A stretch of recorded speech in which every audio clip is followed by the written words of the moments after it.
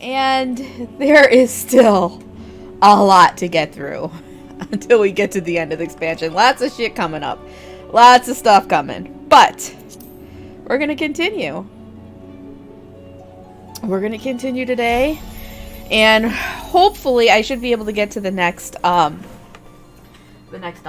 That is my goal. I don't know if I'm going to get to the next trial today or next week. But we should at least get to the next dungeon, because I can't stay super late today because I have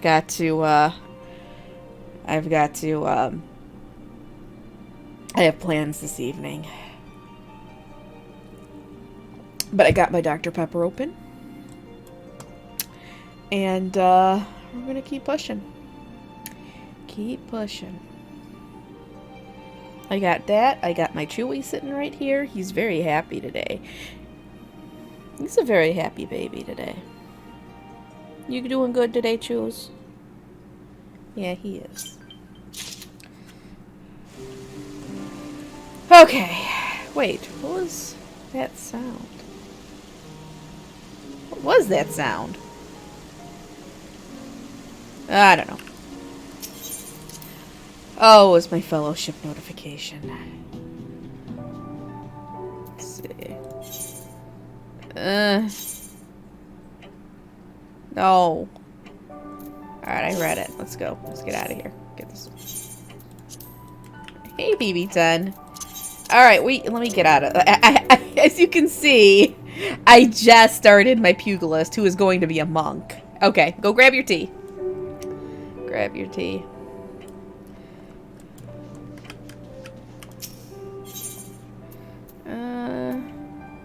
Anything sell? No. Wait, what's this? Ooh. Alright, I'll list a couple things while you're you're getting your tea. Here we go. No, I want that to be a 6.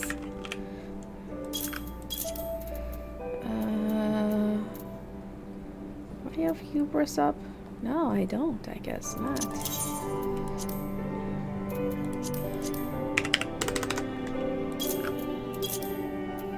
Yeah, we'll see if it sells for that. It'll be up for a while, but whatever. Alright.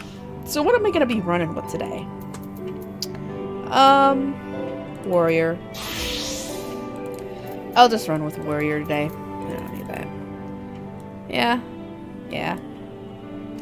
Alright, let's get this New Game Plus resumed.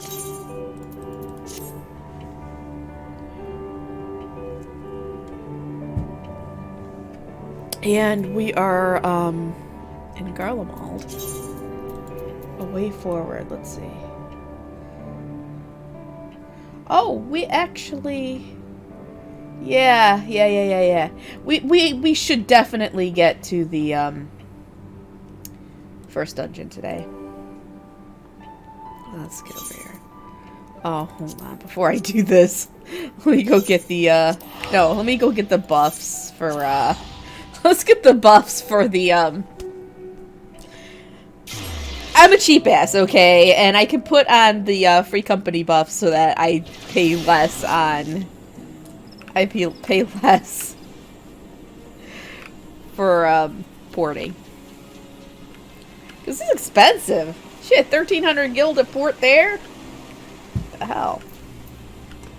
Let's get these buffs turned on. Ah, shit, I can't do it while I'm in New Game Plus. Alright, let's suspend. Suspend and get this turned on. Yeah. Alright. That, execute this. There we go.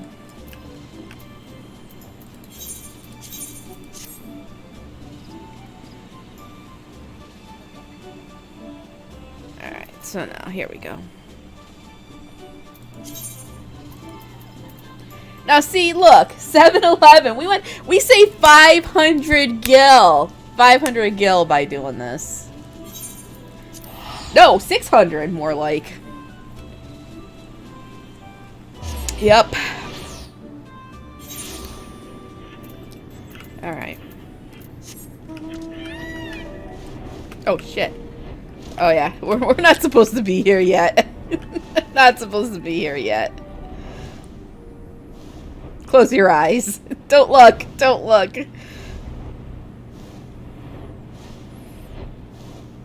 Alright. I'm very much a cheapskate. That's why I have a lot of gil. Well, it's just you wouldn't really even know what that is yet, but you will know today.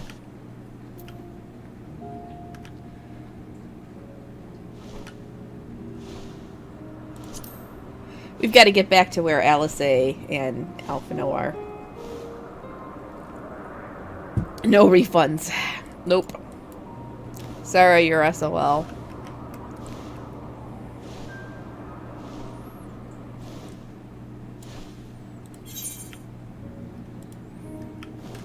Here we go.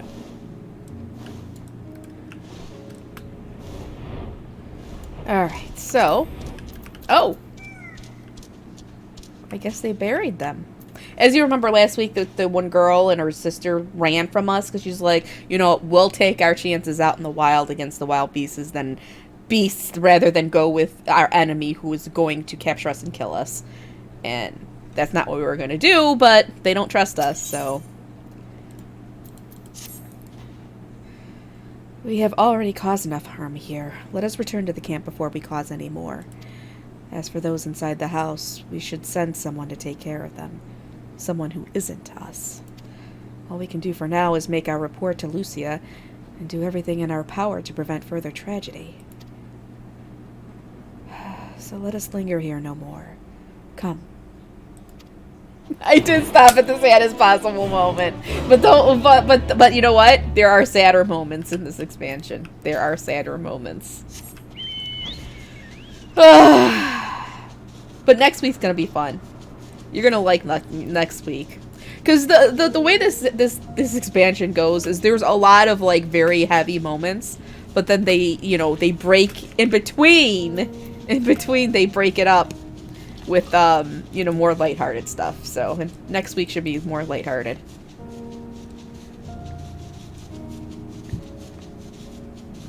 And we'll find out that Thancred actually likes carrots. Don't worry. Don't ask. Don't ask. You're gonna find this out. It's gonna be fun.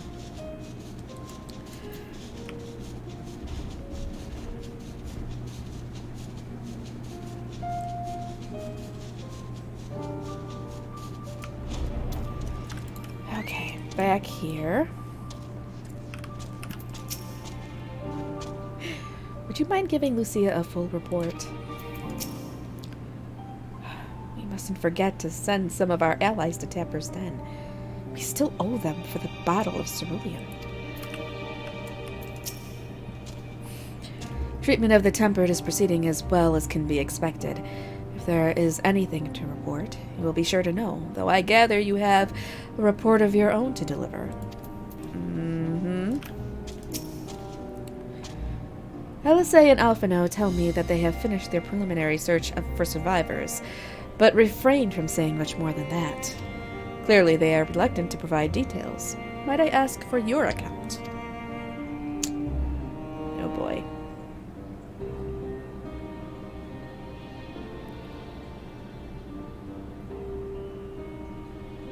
Thank you for your report.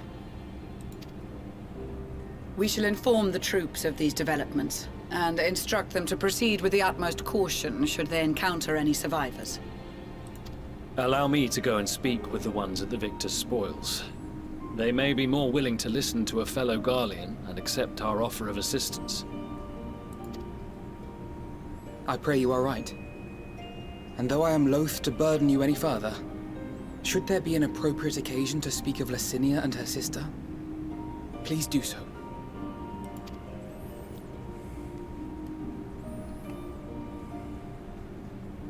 I am sorry to have put you through this. My distress is nothing compared to their suffering. So tell me, what else have we learned?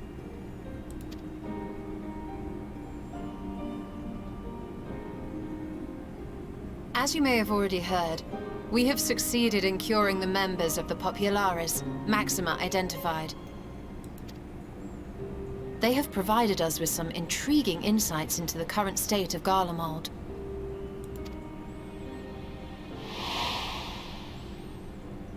The assassination of Emperor Varus was the catalyst for the civil war. Nerva declared his claim to the throne, and his opponents refused to recognize it. Fighting broke out in the capital, where Nerva's Third Legion clashed with the First, who remained loyal to Varus even after his death. Of course, even Imperial warmongers would balk at the idea of turning their shining city into a battleground. Like burning down the wood to spite the wasps. Neither side would be so mad. Unless something or someone inflamed their animosity to such an extent that they could not help but act against their better judgment.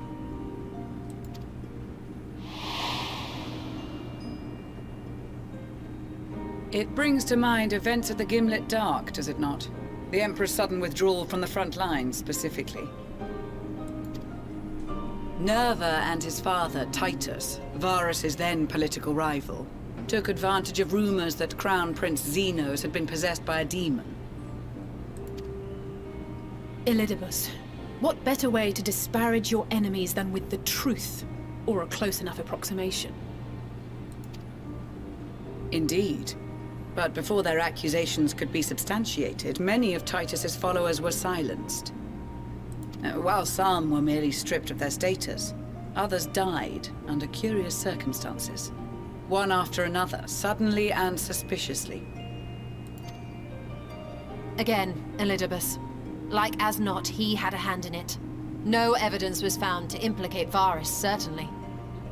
Nevertheless, Titus, Nerva, and the Third Legion would have judged it a brazen attempt by the Emperor to rid himself of his political enemies. And then, in the midst of this growing turmoil, Varus Sosgalvis is murdered.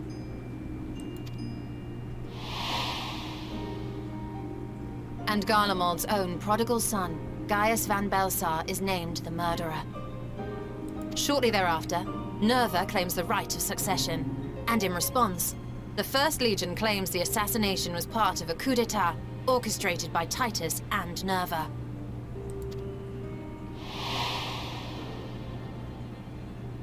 So no one is at fault, and everyone else is to blame. Of course. Sounds like politics to me. I should add that both parties received substantial financial backing, presumably to provide them with the means and encouragement to pursue a swift victory, and that these contributions came from the self-same benefactor. Wait, so the same guy is pitting both sides against each other? Let me guess. I'd heard House Brutus had been filling the Third Legion's coffers, but the First as well. It would seem so. Though the Populares determined that the First Legion received funds from a variety of organizations, all had connections to House Brutus. He just wants to watch the world burn. So Fandaniel, in the guise of Asahi, was playing both sides against each other the entire time. The information we gained from my friends does not end there. One night, shortly after fighting broke out, the capital was shaken by an immense tremor. From that point onward, they have no memories, no recollection of any events, including our clash on the Magna Glaciers. But when asked about the Imperial Palace and its bizarre transformation, they somehow recall Emperor Varus giving them orders in their dreams. May the Tower of Babel stand as testament to the glory of Garlemald. This sounds awfully familiar. We have something to show you all.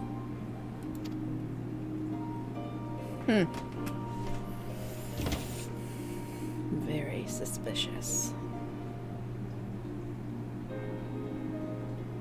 Varus spoke to them through this radio. Perhaps it was a recording, but if not, that would be inexplicable.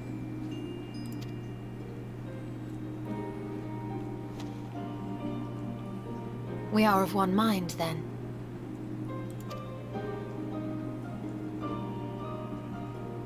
The ether that permeates the ore used in this device is almost identical to that of the talismans. I see it. While it is likely more by coincidence than design, these devices might also ward against a primal's influence. A picture is beginning to form.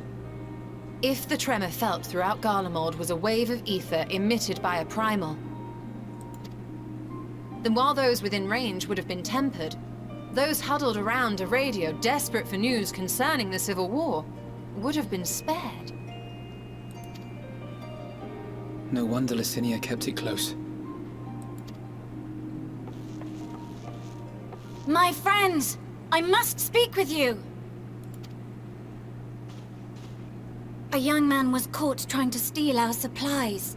He is a soldier of the Iron Men, we think, but one who has not been made thrall. Thankfully, Magni restrained him before blood was spilled. The stranger is outside, if you wish to ask him questions. I think we do. Yes, we do. Yeah, uh-oh.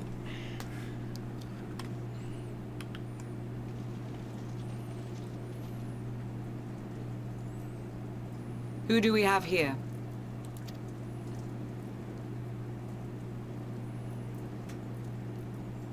Garleans? Traitors to your homeland! Have you no shame?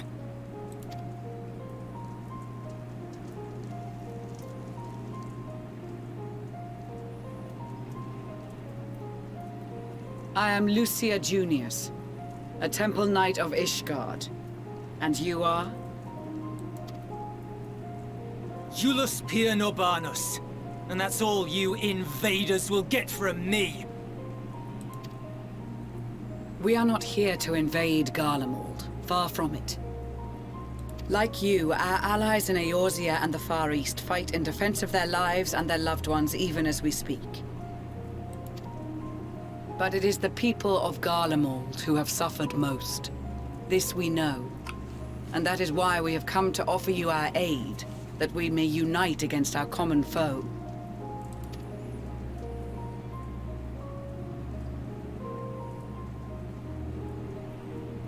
Whether you believe me or not, those are the facts.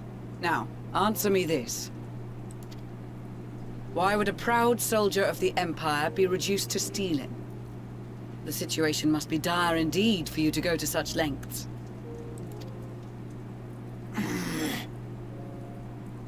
If it is supplies you seek, we would gladly share ours, or turn a blind eye while you leave with your spoils. I will not negotiate. My commander will determine how to deal with you and yours. If you wish to treat with him, I will take you, but no more than 3.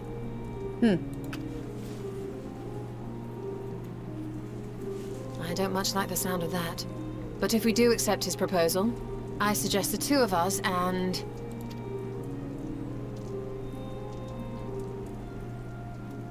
Please allow me and Alize to act as envoys. May I ask why? We have seen with our own eyes the hardships the Garleans face. How their futures and lives hang in the balance. It's not the warmest invitation, but it's an opportunity to prove our intentions true. Maybe not a chance to make things right, but a chance to make them better.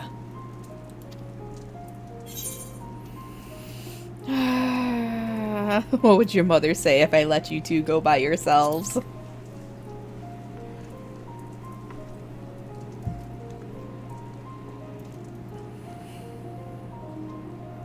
I can see that persuading you otherwise is a lost cause, but you will proceed with the utmost care.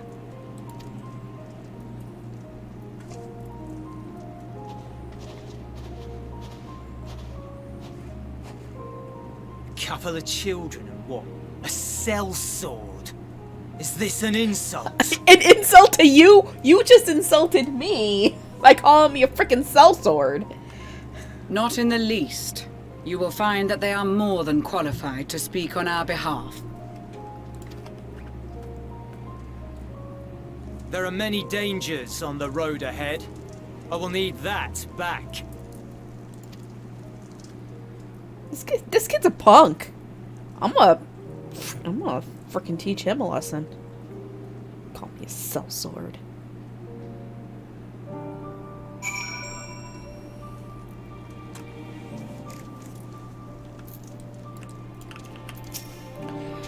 I worry they were not in the best state of mind to volunteer for this undertaking, but what's done is done. I know you will take good care of them, and yourself as well, I trust. They are resilient in the face of hardship. You as well. But good intentions and stubborn determination alone will not be enough to bring our mission to a successful conclusion. Be on your guard. Julius Per Norbanus. It is unusual for one so young to achieve such a high rank. Very unusual. His uniform identifies him as a member of the First Legion, which has a particularly fierce reputation. Whoever his superior may be, I advise you to approach them with caution. Yeah, that video was hilarious. We captured the boy as he was about to make off with our food. He must be very hungry to take such risks. Maybe we should give him something to eat. Reward him for his boldness. Oh, the husband's back.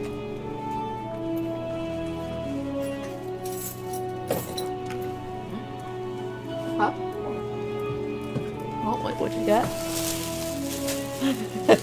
Another bottle. Oh. And because I destroyed our other one Oh. again. Husband but didn't bring me booze, but he brought himself booze. You still have booze. What? You still got like half a bottle. I know. I know. Watch. What? I said calm down, watch. Yes, he did. But he didn't get me any. He got himself booze. Okay. Perhaps it is unwise to volunteer for a mission so soon after the previous disaster. Nevertheless, I shall not squander this opportunity. I know, this won't bring back Licinia and or her sister. Taking the same risks, making the same mistakes. It's possible, but better to try than to give up. Every time. Oh, it's Dr. Magni. The lowly task of keeping watching over provisions would not normally befit the sun. But these being unusual circumstances, I will let no man take that which is not by rights theirs. Okay, shut up, Magni. Said your farewells, have you? Alright, whatever. No, I have plenty of Dr. Peppers in the fridge, so he didn't need to get more. You will be received as invited guests, and so I urge you to observe proper social etiquette and conduct yourselves accordingly. Your safe return takes precedence above all else. Remember this. Thancred in particular will be worried sick if you're gone too long. May the Fury watch over and keep you. Alright. Are you and the children ready? I will explain the route once we are outside your camp. If anyone attempts to follow us, we will judge it as an act of hostility. We will not hesitate to take appropriate measures. I would expect nothing less. You have our full cooperation. I know no etiquette. Possibly. Alright, come on, let's go. This punk. Where do you think their headquarters are? I assume there are a few others beside him and this commander he mentioned.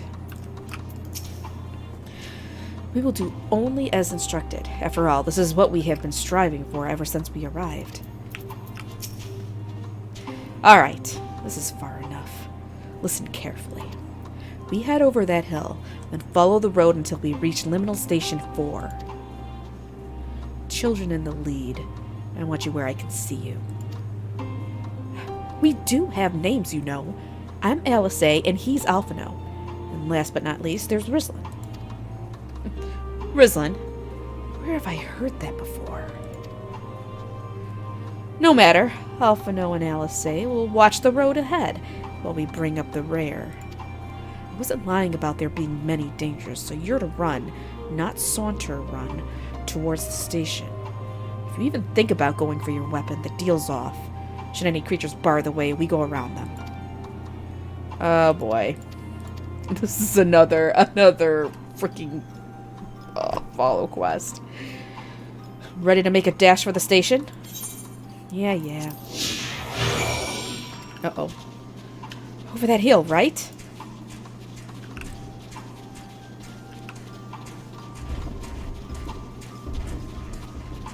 Uh-oh. There's a bear right in our way.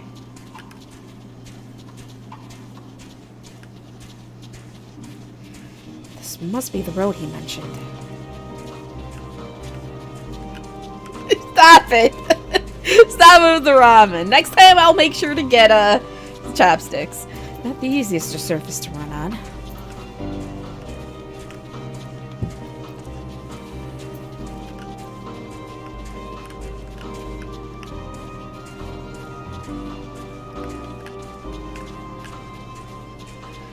Better not draw attention.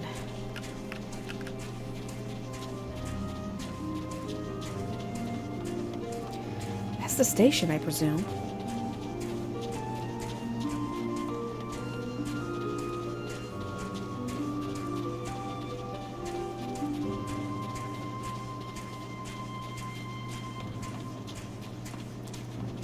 Man, nobody following us.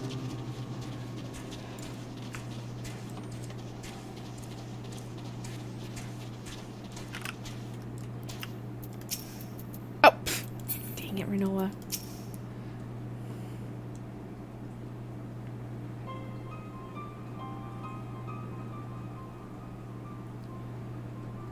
This is it. The first stop, that is.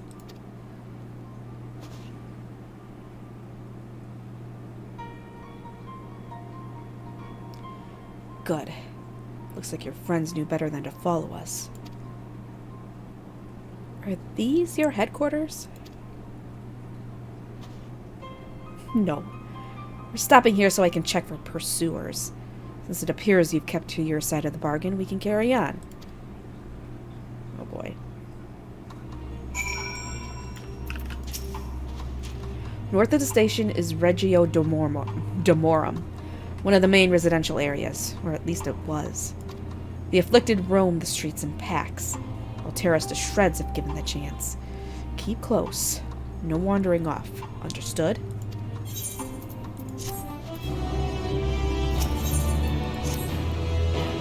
From here, we'll be heading northeast, keeping to the left of the railway. While the route itself is straightforward, getting past the hordes unseen is anything but. Keep your weapons at the ready. They would attack their own countrymen? Aye. They spare their own, but slaughter the rest without hesitation. Though we'll try to avoid detection, the chances of sneaking by completely unnoticed are slim at best. I will lead the way, but in the event we are seen, you're to fight them off. Those two will follow us, provided they can refrain from drawing their weapons. While I doubt they would be foolish enough to stab their guide in the back, I will not take the chance. With that said, let us proceed.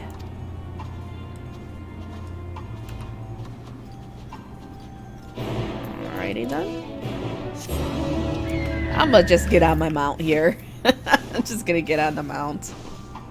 Uh-oh. Uh-oh.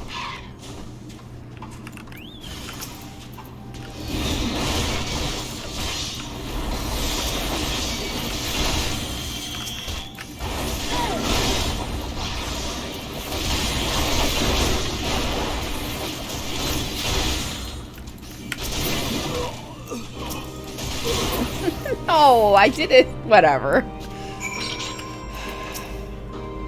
You must stay alert. God damn it. Perfectly capable of holding our own. I see why your comrades chose you. Euless, our contingent has a cure for the afflicted, or tempered as we call them. Your people would need to be taken into custody that we may administer the treatment, but they would eventually regain their sanity. Is that so? For all I know, your treatment would simply force them to forsake one master for another. As far as I and my legion are concerned, they are no longer our people. They're beyond saving. Those who thought differently and tried to reason with them were butchered for their bleeding hearts. Come. We have to keep moving.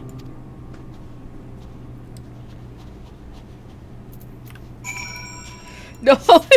Okay, fine. How about I'll just run on the ground? Because I would have been able to run on the ground when I first played through this. So no flying, but I can mount.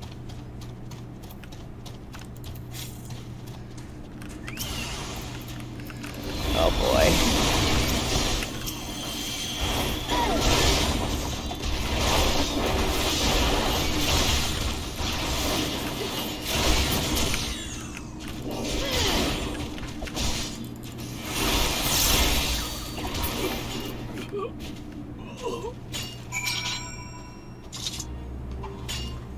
Looks like we're not being followed. We will continue onward.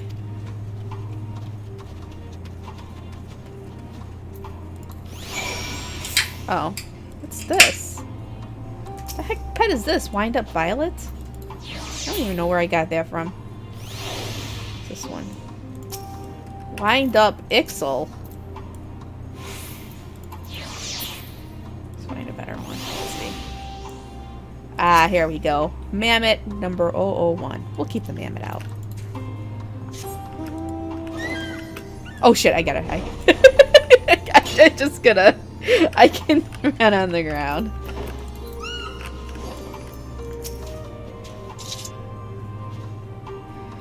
I meant what I said. These people deserve only death. I stayed my hand before only out of a desire to remain undiscovered. That is still the higher priority.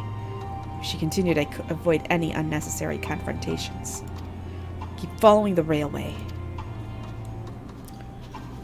So just the middle way.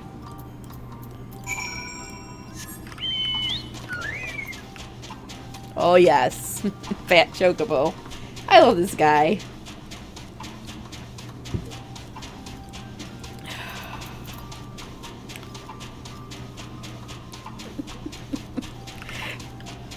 Poor guy. Never, always running towards, but never catching the cabbage.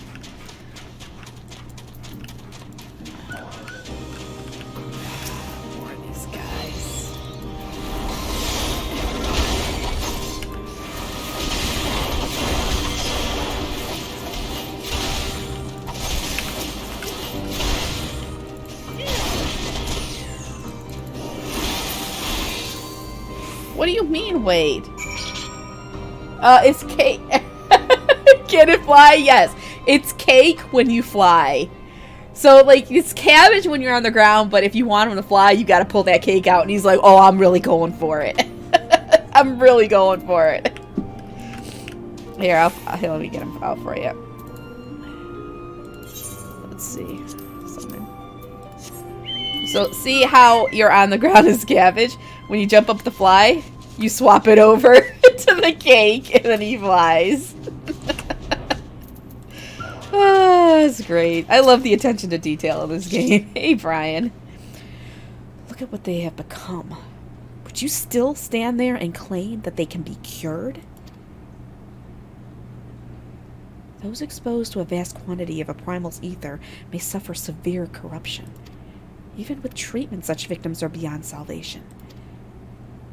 And you admit it. Now that you've seen these monstrosities for yourself, perhaps you will think twice before speaking of a cure. Guys. Are we almost there? I'm tired of running.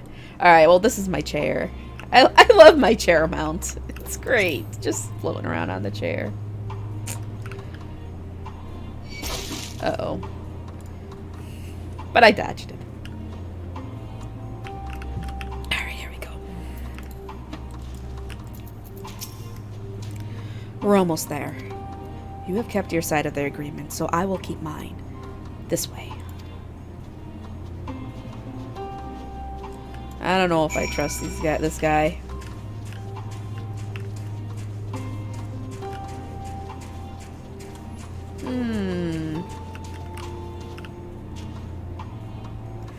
What? Is it actually? Did it actually show up in the collab? Because I know I did that. It was not that long ago. They redid the collab. This is Tertium, one of Garlemald's largest stations, and now serves as our headquarters. I've already sent the twins ahead. I will be with you soon, so wait for me at the bottom of the stairs. I did not play 15. I've heard about it, but I haven't played it. Maybe I should someday. I don't know. We'll see. We'll see. Maybe I can stream it, but it's got to be after Fire Emblem, because I'm telling you, I promised Fire Emblem to my nephews, and they're gonna kill me if I don't stream it after when I'm done with this Endwalker. She clearly has no intention of speaking with you. Oh, did it really? So it was from 14 that came to 15. That's actually pretty cool.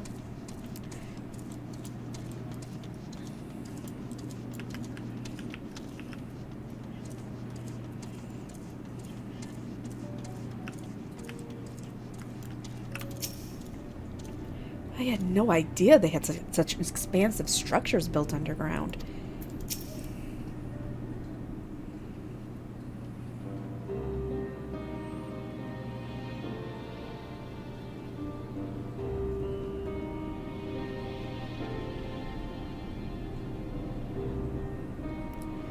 It's plain to see why they chose this as their base of operations.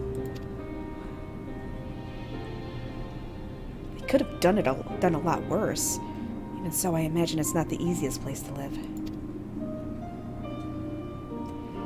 Indeed, and if Euless was willing to make the perilous journey to Camp Broken Glass in search of food, their own supplies must be all but exhausted. They may be shielded from the wind and snow, but it's still bitterly cold, much like Victor's spoils. It must be a constant struggle to keep their people warm. No, it wasn't turmeric. It definitely wasn't. It was probably a primal. Lower your voices. While you may be here as my guests, the others will not take kindly to your presence. My commander is in the locomotive over there.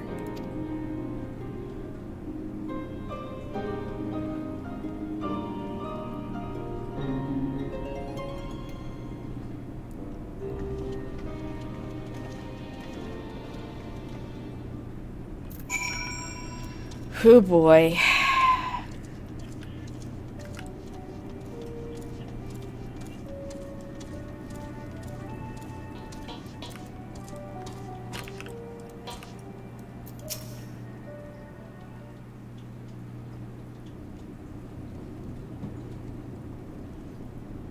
These are their chosen representatives. Very well. Let us hear what they have to say. Yes, sir.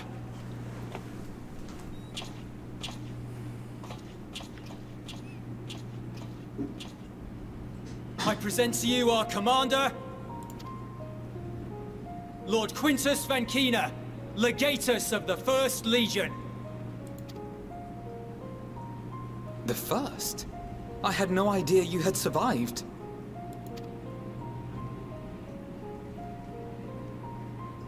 We lost our emperor, our city, more than half our troops. For my wounds, I may never take the field again. But we survived, aye. In a manner much to your liking, I dare say. We have no intention of adding to your misfortunes, nor do we bear you any ill will. Spare me. Though you children may speak in earnest, overtures of peace ever ring hollow in my ears. So long as man stands to profit from his neighbor's suffering, war is inevitable. Driven from our ancestral homeland into this blasted waste. Yet still you yearned to rob us of our paltry scraps. 'Twas only with Magitech that you learned to keep your distance. Though we knew it was only a matter of time before you regrouped and returned. Conquest and Empire were our only defenses. Emperors Solus and Varys understood this, and through their campaigns saw us grow and prosper. Much blood has been spilled in Garlemald's name, aye. But if it is a choice between yours and mine, then it is hardly a choice at all. I do not deny that a great many conflicts throughout history were driven by the desire or necessity to gain by another's loss. That is not why we are here. Nor have we come to petition your aid in the war with the Telophoroi, grave though that threat may be. Our purpose is simply this. We wish to help you. Let us help you. If there is aught that can be done to ease your plight, we would be glad to do it. Perhaps you would.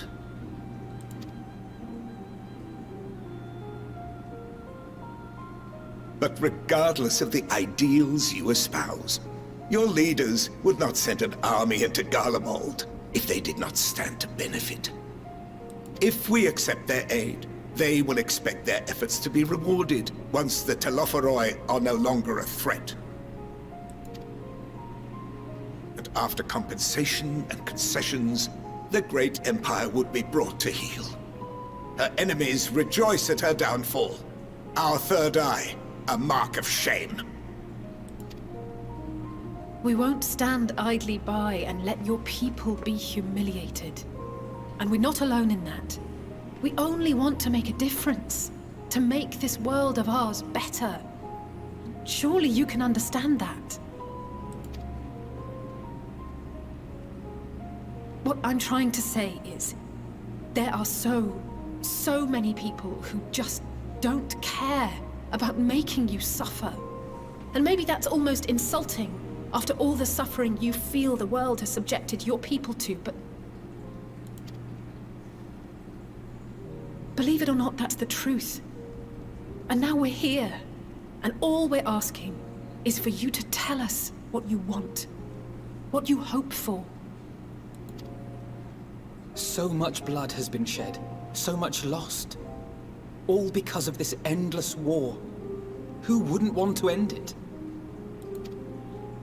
Can we not work together to face our problems as one?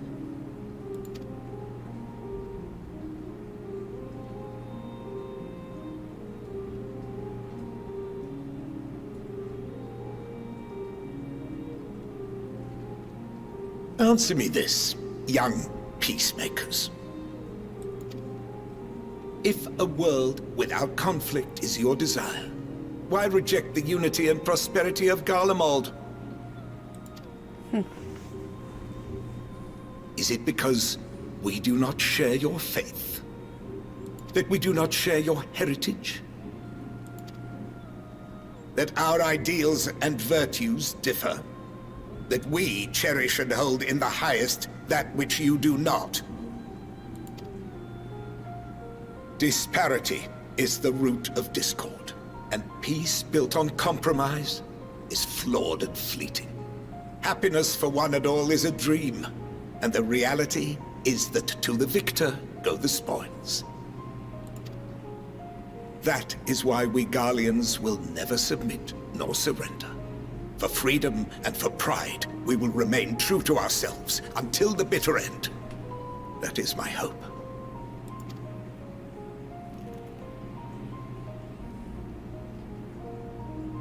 It seems there is nothing more to say on the matter.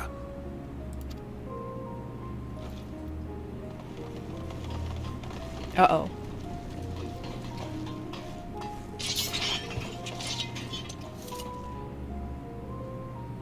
You will remain here while I decide what is to be done with you. Do not be alarmed. No harm will come to you if you cooperate. Oh, shit. Welp. We will not resist. However, as your guests, I ask that we be allowed to speak with the other members of your group. As you wish. I had no intention of locking you up, as by dawn you would be frozen stiff and you're no good to me dead. You are free to move about the encampment, but there is one condition. Collar them. What?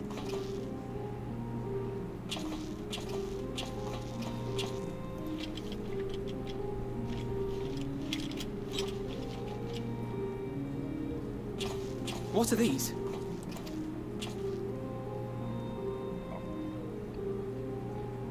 Incentive. You'll be watched at all times. Stray too far or act suspiciously, and we will administer a rather painful shock. Oh boy. Stop. Keep away from that one.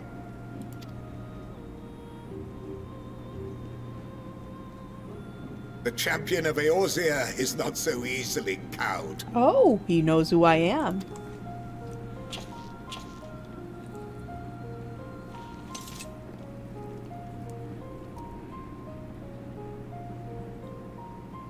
Even if she allowed herself to be collared, the shock would be no more than an itch. No. If she refuses to obey, we will activate the twins' restraints instead. Oh no.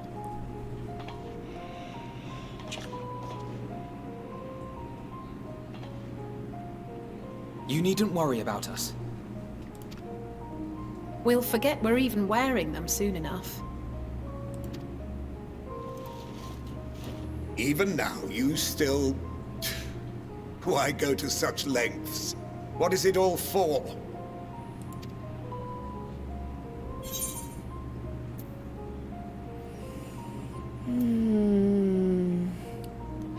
On the coldest, blackest of nights, meager though it may be, we must share the warmth of our fire. I'll be a little poetic. And Arshafat. Not Arshafat.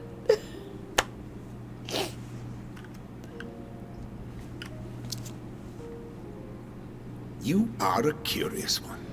A far cry from the merciless barbarian others paint you to be. You will be their warden. Take them away.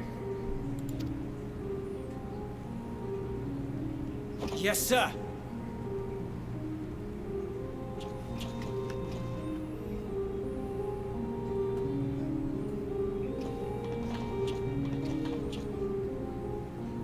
That was what he said when those were his words after we escaped Ul'dah and we had arrived in Ishgard. We had fled to Ishgard, and he was like basically consoling us at the end, like right before we, Heaven's Word. I love that they keep reaching back into the history of the game and bringing things forward. Mm-hmm.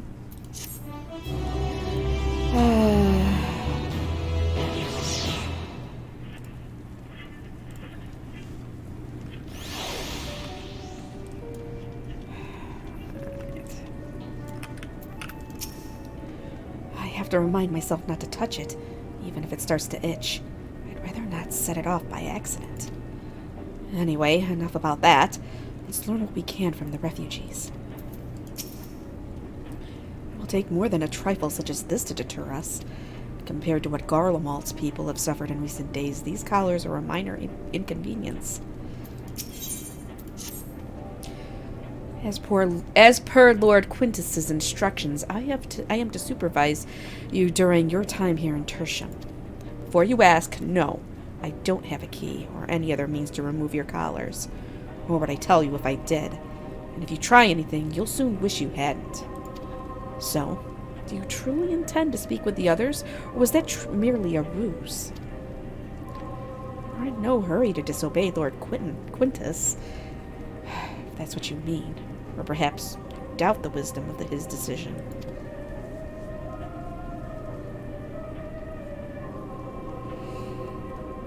Do as you will, but remember, I'll be watching. If I catch wind of you doing anything untoward, trying to trick our people into turning their coats and the like, those shock collars will be the least of your worries. Understood? He used my favorite word! He used untoward! I love it whenever I see untoward. Although we're somewhat compromised, to put it lightly, let's not waste this opportunity. I suggest splitting up and learning what we can of their situation. And above all else, don't use magics of any sort. You, on the other hand, may go wheresoever you wish, even outside the camp. I know full well I couldn't stop you if I tried. But do not forget, if you do anything to endanger us or our interests, Alphino and LSA will pay the price.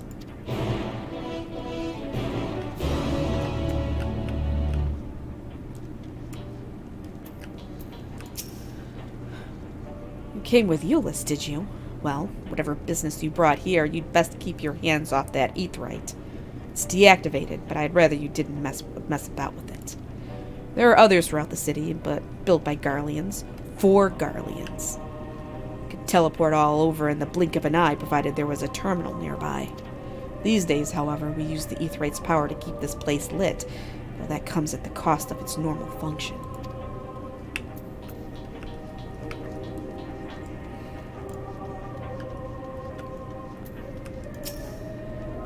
It's you, Rislin Hollis! I served under Lord Gaius in the 14th Legion. I was there on the night the Praetorium fell. You and your adventurers. You killed them. My comrades, my friends. Swept them aside in their dozens as though they were nothing to you. And maybe I am too. Just another faceless enemy to be cut down. But it won't be long until our countrymen return. Until you get what you deserve. Mark my words. Man, these people don't like us at all. No. So cold. This young soldier is on the verge of losing consciousness. Guess we're just gonna leave him alone there. What's this?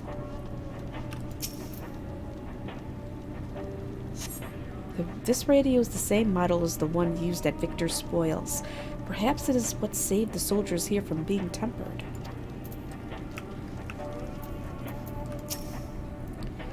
I know who you are. The so-called champion of Eorzea. Come to gloat, have you? I'll wipe that smirk off your face. By the blood of our fallen compatriots, I swear I'll... Ugh! Damn! Toward the searchers. All the times. The worst of the lot within striking distance, and I can't even muster the strength. If it weren't for the third bleeding us, we'd be the end of you. For Gilead's treachery nearly cost Lord Quintus his life. But we made our escape, took shelter in a mansion, tended to the wounded as we prepared to strike back. And then, night fell and we gathered around the radio. And the roar, the terrible roar. The capital was in chaos. But we were spared. If you can call this a mercy.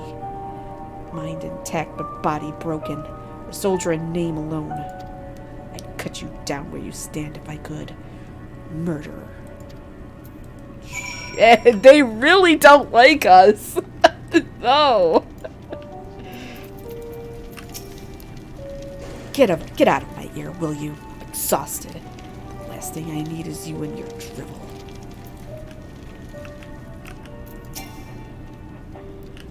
Who's this?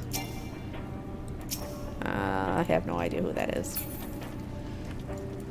Alright, let's go talk to Alphino. Did you learn anything of note? And your findings are consistent with my own. Their plight is desperate indeed. The sick and injured are at greatest risk. Without warmth and proper nutrition, I fear they will soon perish. I realize there is precious little we can do for them at present, but I cannot bear to see them suffer. Please, will you help me tend to them?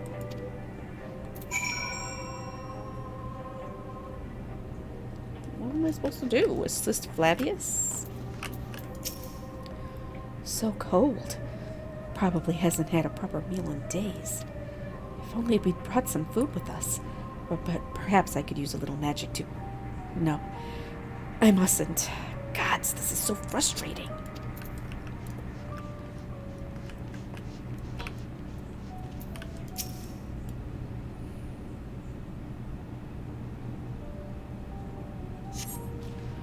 Who's there? My eyes, they I can't see all that well. Thank you. The numbness has subsided a little. But I know I won't last much longer. You should look to the others who can still fight.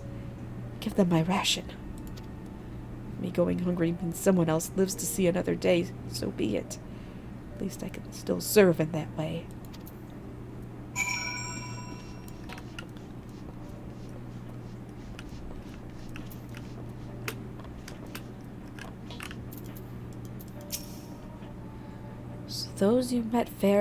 So those you met fare no better? I was afraid you would say that. I know we were warned against meddling in their affairs, but we can't leave them like this. Perhaps we might gain permission to have the contingent deliver supplies. Quintus may have made his feelings on the matter quite clear, but even he must recognize they are not in a position to refuse help. Maybe Euless could persuade him. Oh, we need to persuade Euless first. Oh, great. Persuade Euless.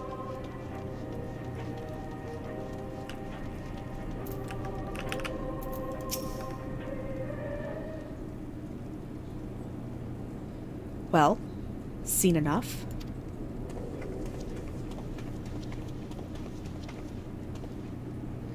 Euless, the people here have barely enough food and fuel to survive. Have you and the other soldiers been able to procure any more supplies? Been scavenging provisions from the nearby houses, as most families kept some stored away in the event they were snowed in. Still, going out and getting it is dangerous work. We have a lot of mouths to feed. Fuel is the greater concern, though. We had some ceruleum set aside until it was stolen. We haven't identified the culprit. Could have been other refugees or one of the afflicted for all we know. Either way, we're down to the last dregs. Without the heating they need, those in poor health are only going to get worse instead of better. If it's ceruleum you need, our contingent has secured a ready supply. We can have some sent over. We will not accept your charity. If we can hold on a little longer, the situation is sure to change. Aye, everything will change.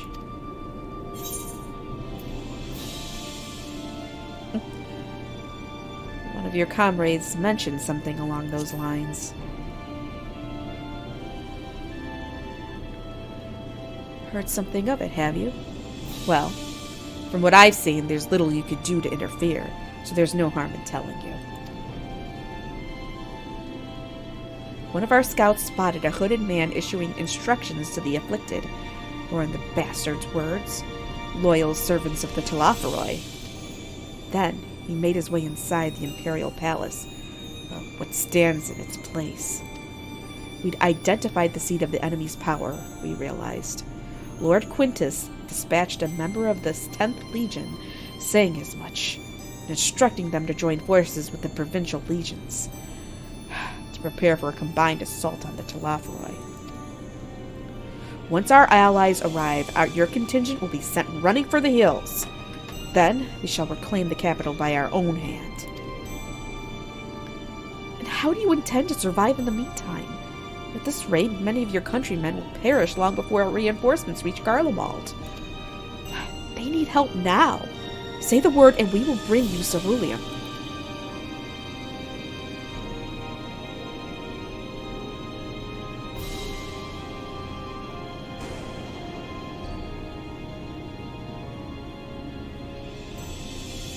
I will speak with Lord Quintus.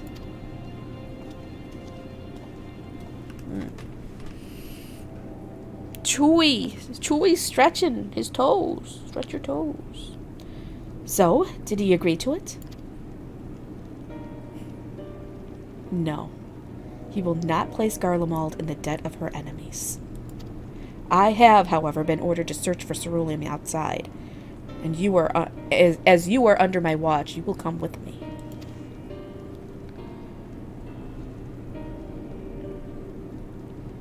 Very well. After all, many hands make light work. You lot are more trouble than you're worth. Once we are outside, you will follow my instructions to the letter. We depart shortly. Boy.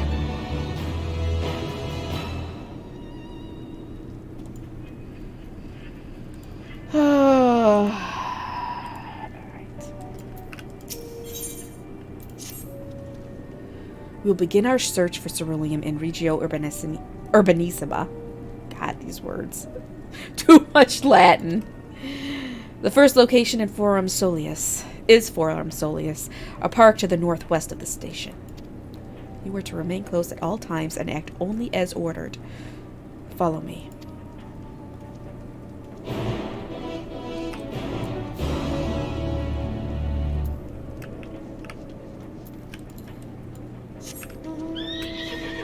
Well, seeing as the Garlean Empire is basically modeled off of the Roman Empire, it makes sense they use a lot of Latin words, but still.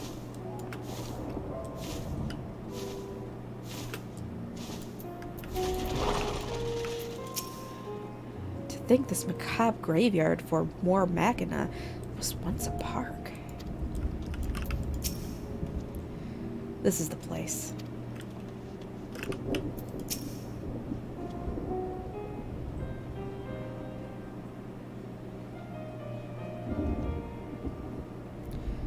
So, this is the park.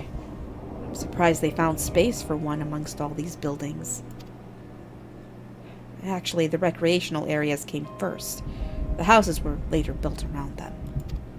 A healthy society requires communal spaces for children to play and adults to socialize. This park was named after the founding father of the empire, the great Solistos Galvus.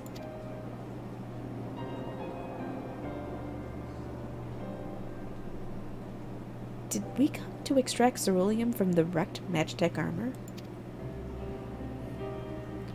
No, we've already drained it dry. Same goes for the rest of the Machina in the vicinity. But as our ceruleum has been stolen, we must scour the city for every last drop. And while I don't expect to find anything here, I've decided to try one more time, in case something was overlooked. I see. And with your permission, we will commence the search.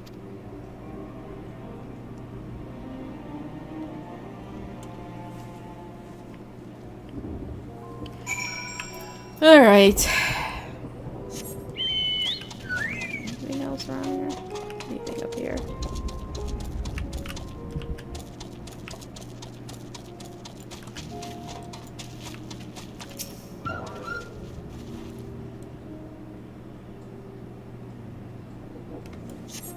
A cursory inspection of the wrecked Magitech armor confirms that the fuel canisters have long since been drained of ceruleum, as Euless said.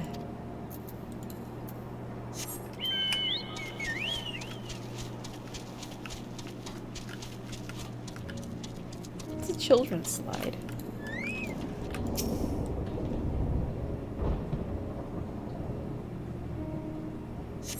The contraption is built in the style of Imperial War Machina, armed with a battery of weapons and capable of transforming into different configurations. Oh, it's a transformer.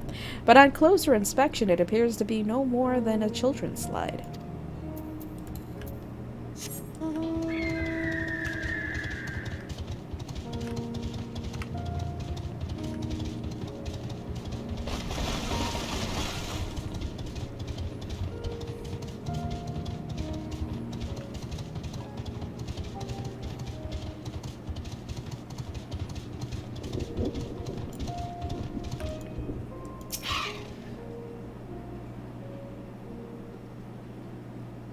Decepticon, yeah.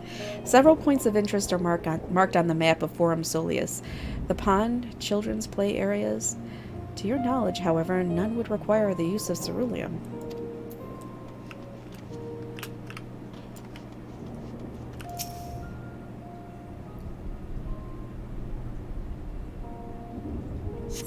Though rather small by Garlean standards, the structure is reminiscent of a merchant stall. Perhaps it was built for children to play at shopkeeper. There is nothing inside resembling Magitech or any other devices that would be fueled by ceruleum.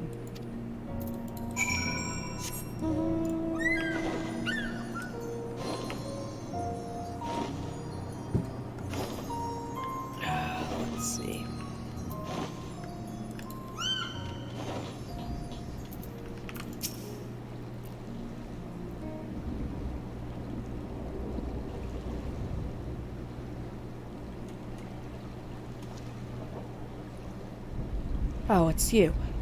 Any luck?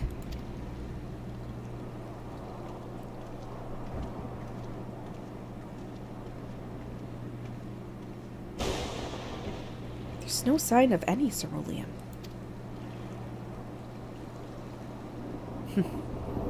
Hardly surprising, but disappointing nonetheless. I couldn't help noticing you gazing at the pond. Is something the matter? What? Yes, I mean, no, It's just... I used to bring my brother and sister here to play. The pond was heated to stop it from freezing over, so, like all other children, they just had to wade in and splash about. Would have stayed there if I didn't drag them out. We'd be sopping wet when all was said and done. Every time. And every time when we'd get home, Mother would scold us, saying we'd catch our death walking around like that. The pond was heated. With a ceruleum-powered heater, by chance? I suppose it must have been. Come to think of it, I remember seeing engineers changing out a tank beneath the hatch. That was a long time ago, when the water still flowed clear and wasn't this brackish muck.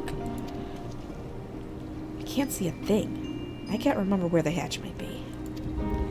With the machinery most likely broken, the amount of filth in there is probably the only reason it hasn't frozen over.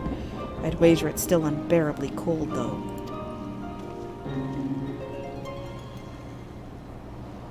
Euless, what are your thoughts on magic? The average Garlean would jump out of their skin if they saw it. The first has a few foreign signifieri and probably Medici, so it doesn't scare me. And I take it you won't mind if I employ a little now. Alphino, as you have a knack for finding dry wood, why don't you bring me some? Once that's done, a blast of fire should do the trick. Leave it to me. You're not planning to go in there, are you? Of course I am. The taken isn't going to fetch itself. It's nothing so involved as extracting unprocessed ceruleum from a frozen lake like how the tappers do it. We're talking about a shallow pond in a park. We have a way of warming ourselves up afterward. But that's insane. So, fancy a dip?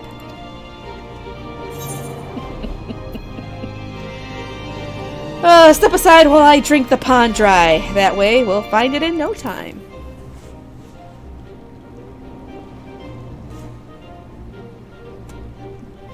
That may be the stupidest thing I've heard in a while, and that's saying something considering who my brother is. Can't fault your enthusiasm, though. Let's do it my way first. If that doesn't work, perhaps then you can try your method, with Alphino's help.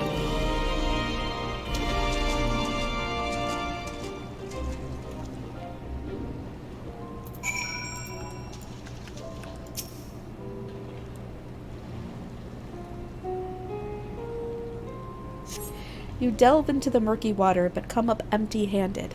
To add injury to insult, the icy wind on your damp clothing chills you to the bone. Uh-oh. Chilled to the bone. Oh, I'm losing health! You delve into the murky water, but come up empty-handed. Oh, still the same thing.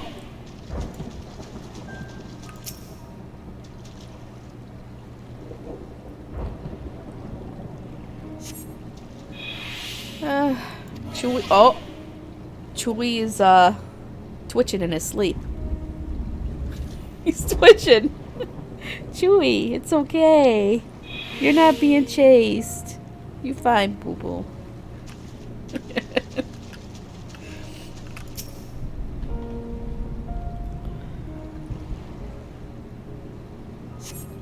Beneath the water, your fingers catch on what you think might be a handle. Yeah, he was dreaming. Probably dreaming about chasing Nash.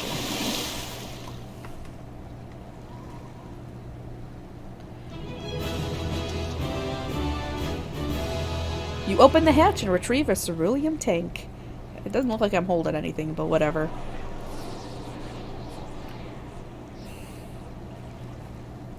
However, your grand discovery comes at a great personal cost as you become acutely aware of the freezing cold and a rancid odor emanating from every elm of your body.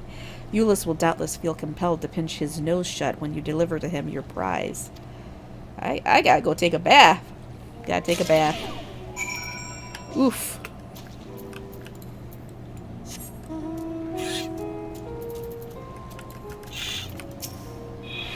Did you find anything? I hope you did.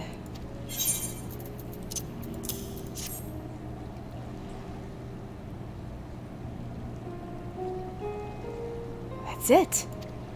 There's still some ceruleum left.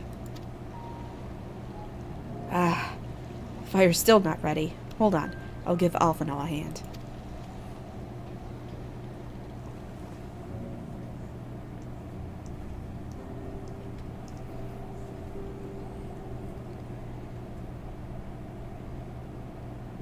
Call me an Olden because of by fire I am reborn.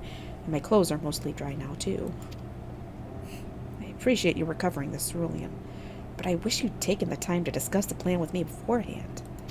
Despite the way you've been treated, in Lord Quintus's eyes, you're still an envoy deserving of protection. If you were to die on my watch, he would be most displeased. Your concern is duly noted, but all's well that ends well. Euless, you mentioned coming here with your younger siblings. Did you grow up in Garlemald? I did. Not far from here. My father was an accomplished researcher in his youth, and for his contributions to the Empire awarded an estate. We lived well. Better than many. What was Garlemald like in those days? Everything.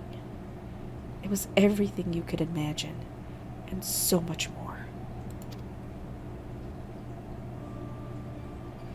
Even during the coldest winters, we always found warmth and comfort at home. Coming in from the snow, taking off your coat and sitting down for a hot meal with family, visiting friends and relatives, receiving that same welcome, knowing they had everything they needed. Walking down the street, seeing the lights in all the houses, hearing the faint sounds of laughter and song, of happiness. And although the summers came and went all too quickly, in that brief respite, the ice would melt and the forgotten grass make its triumphant return. Great clouds gave way to blue skies. Some mornings we climbed to the top of the tallest building we could find just to watch the sun rise.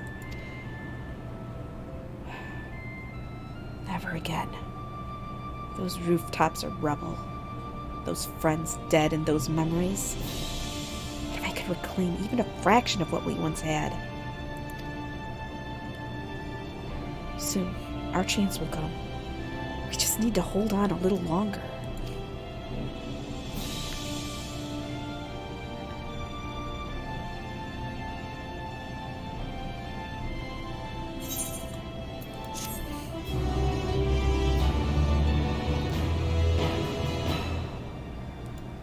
Boy.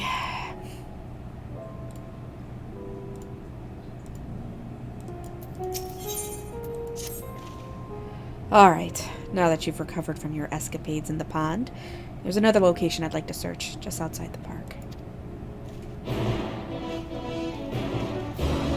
Man, all my stuff's selling today. It's selling.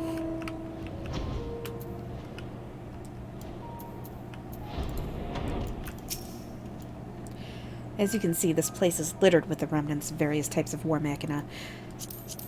While my comrades and I have already recovered the tanks from the less damaged units, those that took a more severe beating are harder to scavenge.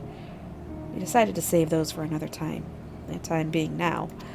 Rather than prise them apart piece by piece, it would be quicker to remove the outer casing using compact explosives. With luck, We'll gain access to the tanks without rupturing them. Though the force generated by these devices is relatively weak, I would advise you to stand well clear to avoid being hit by any shrapnel. Before even bothering, though, you should check the Machina's ceruleum gauge to see if there is any left. It should still provide an accurate reading even when the unit itself is inactive. If the gauge is broken, I'll let you decide whether to use an explosive or not. Should you need more, come to me. Oh yes, I'm richer. Understood. Let's get to work.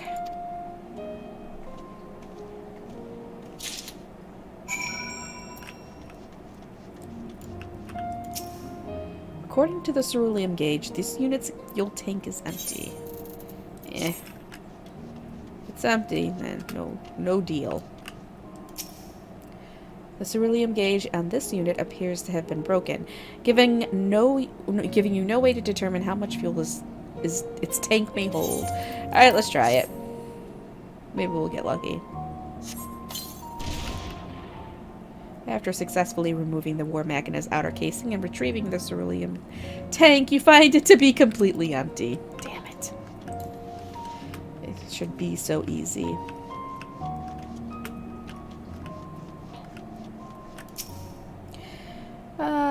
It's broken. Let's try it.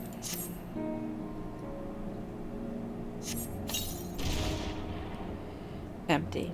Damn it. I need more bombs.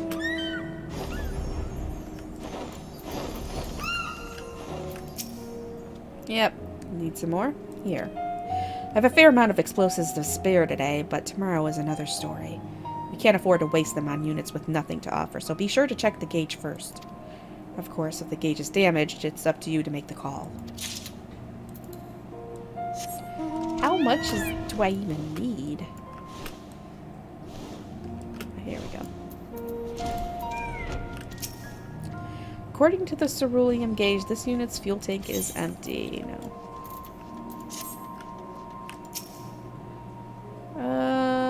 No indication. Okay, let's try it. Heck no. Oh, you retrieve the War Machina ceruleum tank to find it is still half full, or half empty, depending on one's perspective. Either way, Euless will surely be pleased by your discovery.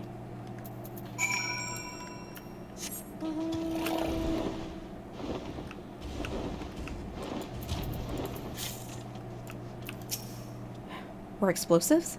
Wait, is that what I think it is?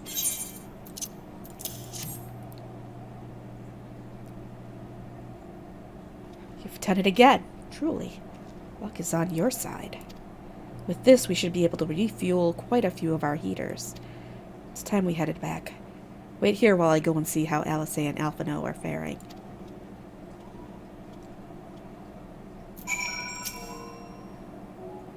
Just waiting. Waiting. Waiting. More waiting.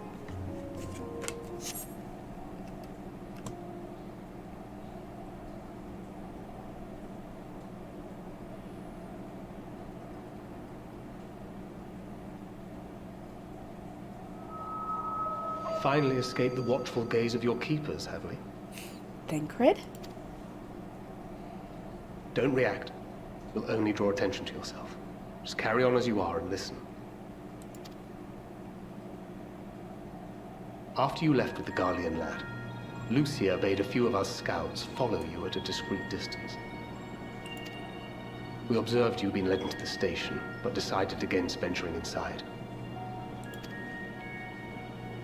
When you emerged sometime later, and we saw that the twins were sporting Magitech collars, it was clear what had taken place.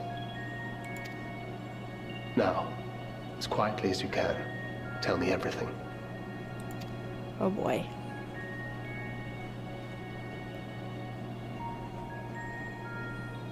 The Legatus himself, eh? Now there's a surprise. This is also the first I've heard of a plan to join forces with the 10th and storm the Tower of Babel. An interesting development, and perhaps the opportunity we've been waiting for. Our comrades back at the camp also received some rather promising news, but it's still too early to get our hopes up. For now, keeping yourselves out of harm's way comes before all else. Whatever demands the Garleans make, indulge them.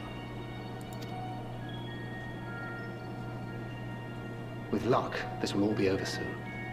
Until then.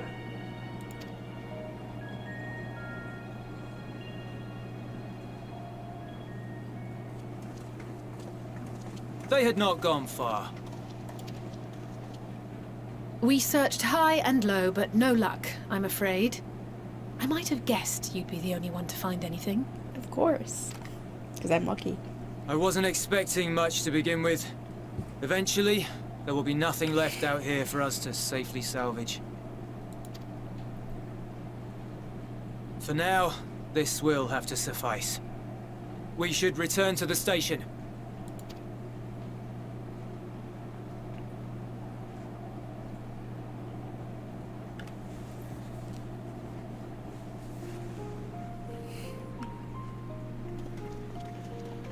Ah, there you are. Heard you'd gone hunting for ceruleum above ground. Brought back a king's ransom? Hardly. But thanks to these three, we have enough to last a little while longer. Well, well. It's not at all as I was expecting, these ones. For savages, they seem positively docile.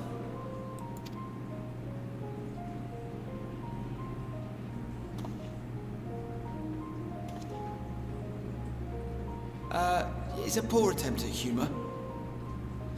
In all honesty, I'm grateful for your efforts. But even with another night of warmth, there are those among us who may not live to see the morrow.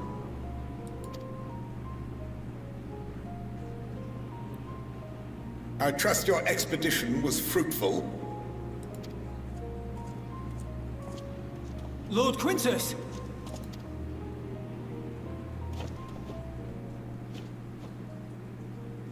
Use what you procured to refuel the armor. The armor? But, sir, what about the heaters for the camp?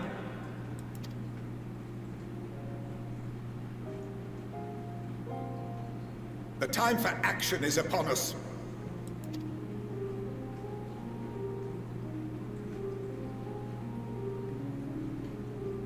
My men and I have matters to discuss.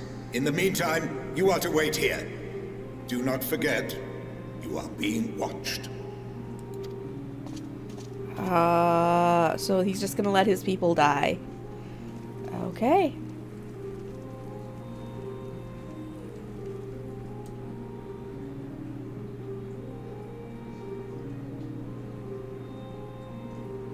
The time for action. What did he mean by that? I can only speculate. Clearly something requiring their magitech, given what we just heard. Whether they plan to utilize it now, or after they join with the 10th, is another question.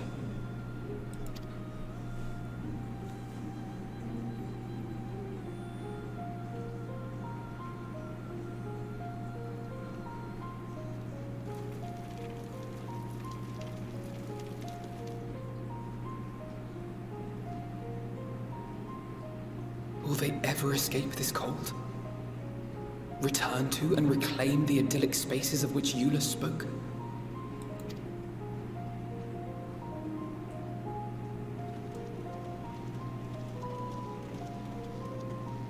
Finished your war, Council?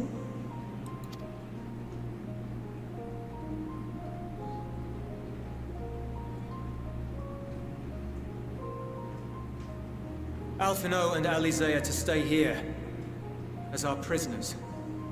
They will be released once your comrades have relinquished their supplies and withdrawn from Garlean soil. Until our terms are met, they will be detained at a separate location.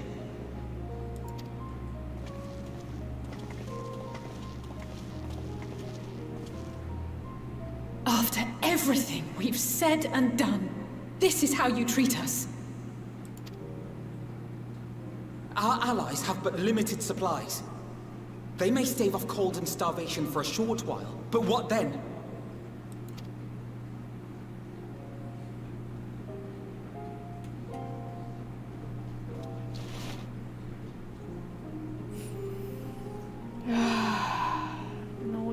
us.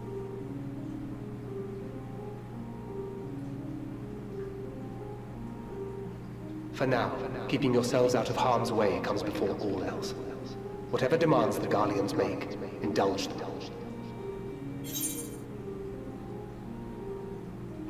Do as he says. Oh, God.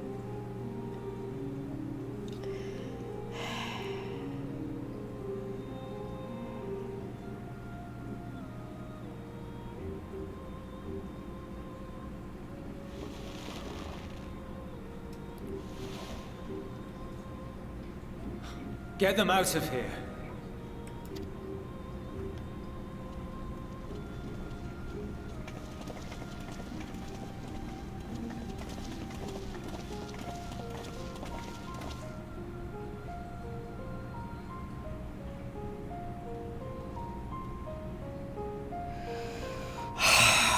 Fuck. Ugh. Hey, more of my stuff's selling. I'm making all kinds of money today. Alphinaud and Alice will be fine, providing they do not resist.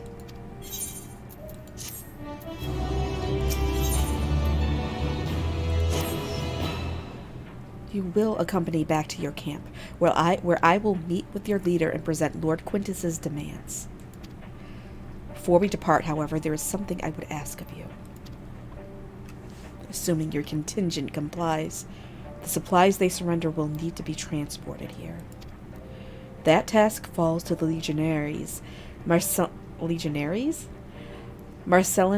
and Octavia, who will pilot Magitech armor to your headquarters. You are to inform them that we are leaving shortly. Tell them to ask the ill for further details, in those words. Once you've seen to that, meet me by the exit. What? I am making monies. Look at how much monies. Like, every time I pop out of a cutscene, it shows I have more monies. It must be a good day for making Gil.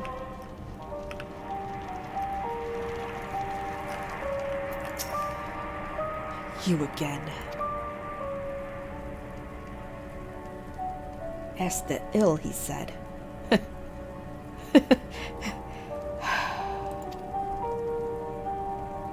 So, that's to be the way of it. After all this. How ironic that you should be the one to deliver the news. If those are my orders, then so be it. For the glory of Garlemald.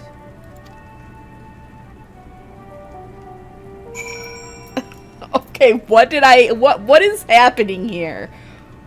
Clearly that's not good news to them. What do you want with me? Ask the ill. So Lord Quintus has reached a decision. I knew he would understand.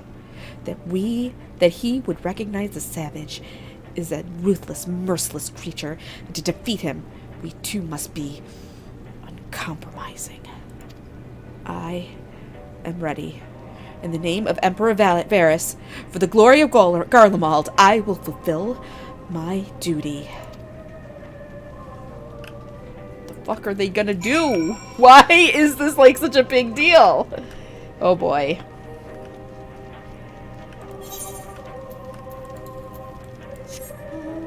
I don't know, maybe it's like kamikaze stuff, I don't know.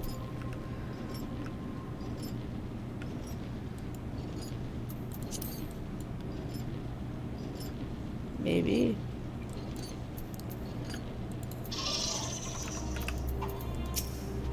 Have you done as instructed? What do you mean by ask the ill? I am not at liberty to divulge that. What I can say is this. You have no cause for concern if our demands are met. You and I are in this together now. Like it or not, we have to cooperate. There is one other matter. A place I'd like to visit on the way to your camp. It's a short walk from here. Follow me.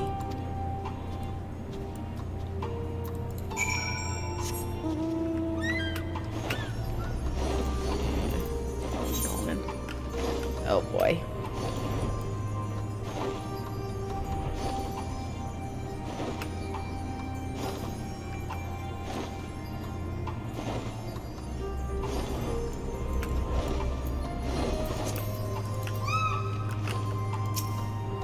Ulysses lingers by the ruins, reluctant to leave and reluctant to stay, unable to move on.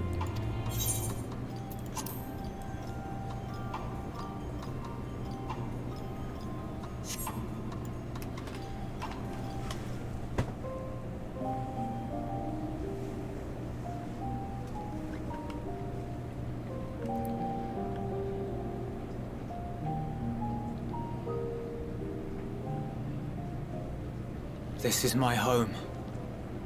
Our home.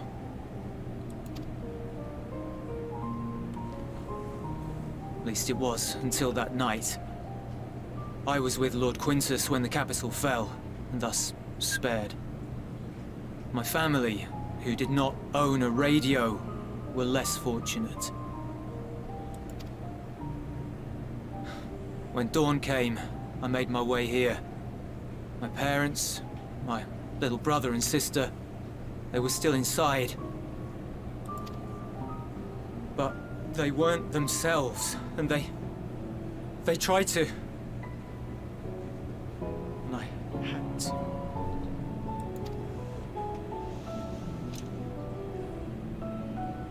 I'd promised to take them away from the capital that very morning, to somewhere safe, to hide until the fighting stopped. Promised.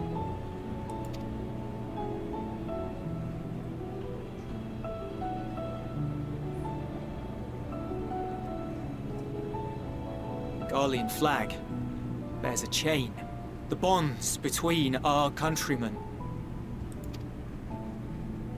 A red link at its center, the blood of the fallen. Our loved ones who lived and died for Garlemald. Yeah, hey, Jolt. But if she too fell, who would be left to remember them and their sacrifice? What enduring proof would there be that they were ever here? If we had turned to your gods, would they have saved us?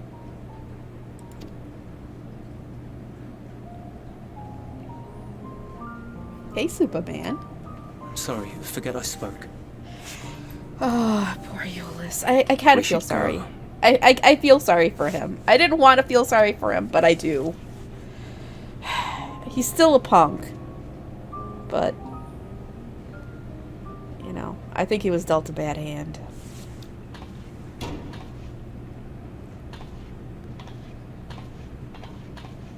It's no use. Believe me, I do not enjoy being here any more than you. But she wanted us to play along, so that is what we will do.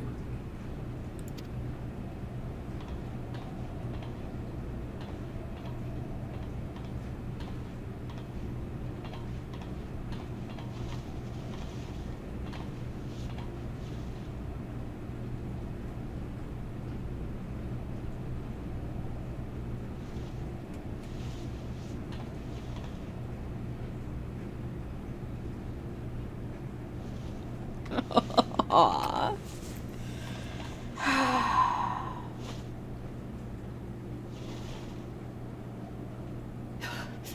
It's so cold.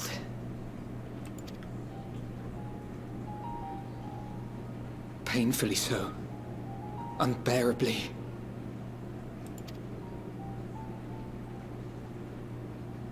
I've been thinking about what Quintus said. About why no one would accept Garlean rule. Irreconcilable differences. When coexistence isn't an option, only conquest remains. Varys at Gimlet said much the same. Only by uniting the world beneath a single standard would we rid ourselves of the Ascians. BB done. You got gifted. Ah, thank you for the gift, Superman. Seriously. Like, you're the best. United as one people. One race cleansed of imperfections. A cold and unforgiving vision. And when we fail to live up to their standards, what place is there for us in their world? But the truly sad, truly frustrating thing is how damnably similar it all is to the lofty ideals of Father and the Forum. Non-intervention.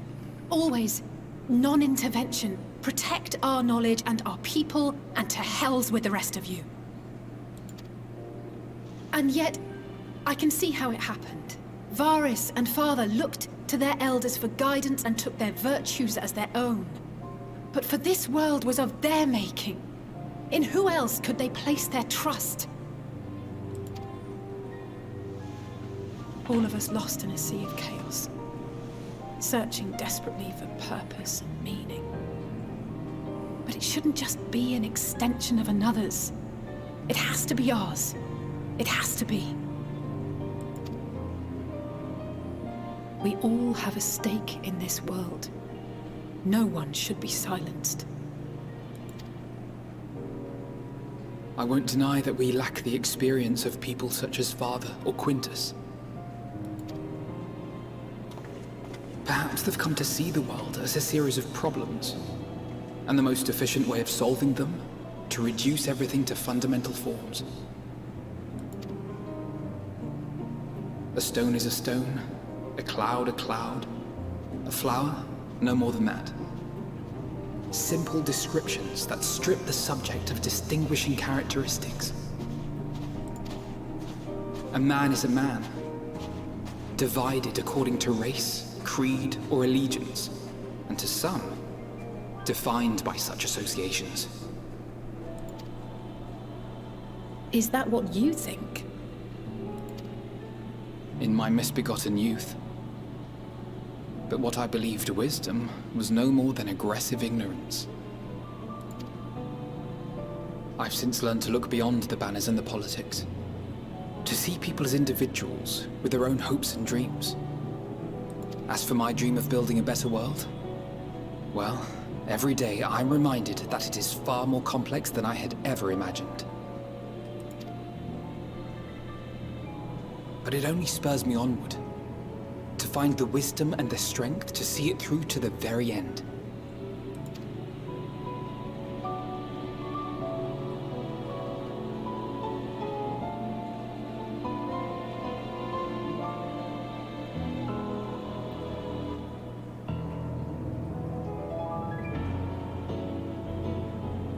All of our supplies and an immediate withdrawal. These are your conditions? Demands. And you forgot about the airship. Once again, you will leave one behind. It will be used to return the prisoners.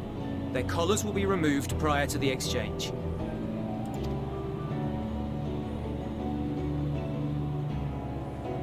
So in the end, not even Father's expertly worded rhetoric could deter you from your chosen course. Huh? Not that I thought for a moment that it would. I've no love for violence, of course, but ours is a cause worth fighting for. I just wish he'd realize it too. Sometimes the only way to protect the ones you love is to take a stand, to refuse to suffer in silence. I want you to know I share your conviction. Whether it be on the battlefield or in the debating chamber, I won't back down. I guess what I'm saying is...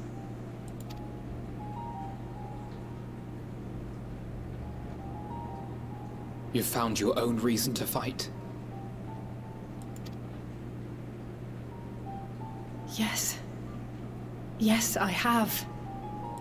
God's willing, there will come a day when we can finally lay down our arms, and there will be peace. But not until the Telophoroi have been defeated once and for all. And you, brother, will have a vital part to play. By your words and deeds, you'll lead the way. I pray I am up to the task. There'll always be naysayers. Those who think us fools for even trying. It's easy for learned elites to criticize earnest efforts and assert their moral superiority, all without offering alternatives. Sounds like it is today. In the real world. Not that their sophistry has ever wounded you. So stubborn and strong. Stronger than you even know. Don't ever change, you hear me? If you stumble, I'll be there to catch you. Or give you a thick ear. Maybe both, for good measure.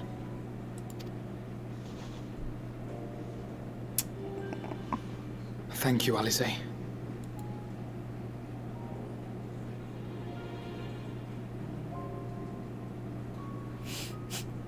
It just makes me want to cry. So much of this makes me want to cry. What? Estinian?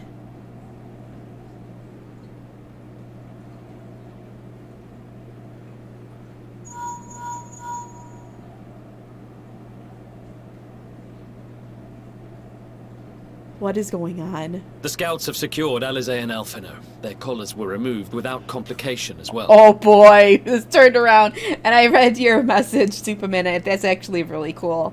It still amazes me just how small of a world it is. I haven't had something like that happen to, like that, but I have had similar in other ways. Where you meet someone, you're like, oh my god. Yeah, that's crazy. They report no casualties, not for their party nor the guards, who will wake from their premature slumber in due course.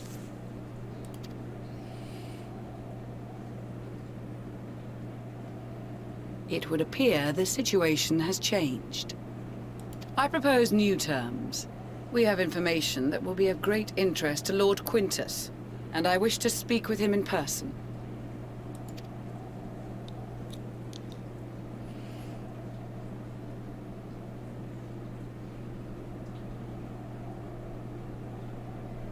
No. In the event you rejected our first proposal, we came prepared with a second. Oh boy.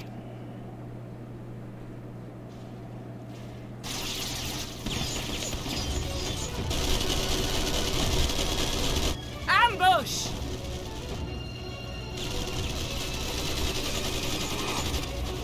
More are coming! Make ready! We, the loyal soldiers of the First Legion, proud servants of Garlemald, of the fallen Emperor Varys, shall safeguard these lands from the barbarian hordes until our countrymen return! He's just a kid. Stop! Both of you! This is not gonna end well for him. What?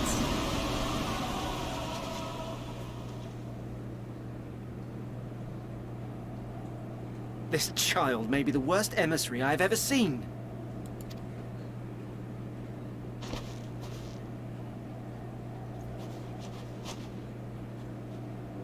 We received an urgent communication from the Grand Company of Eorzea. Envoys from the Imperial Army, led by members of the 10th Legion, came to Alamigo and requested an audience.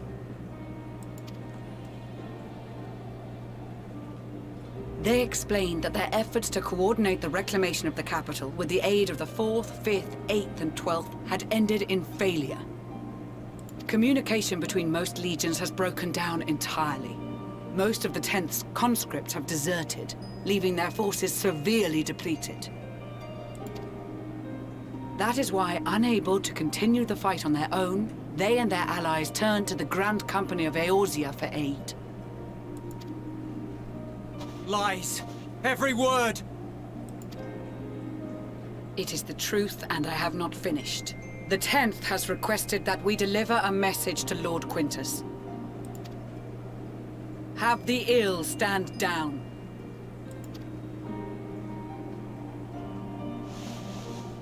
You have been listening, my lord? What are your orders?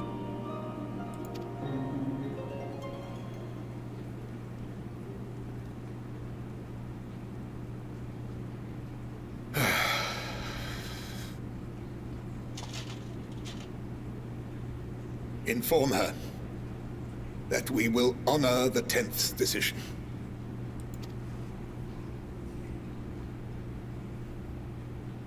Bereft of hope, and now dignity.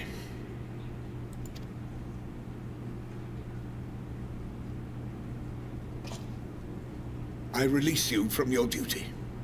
All of you.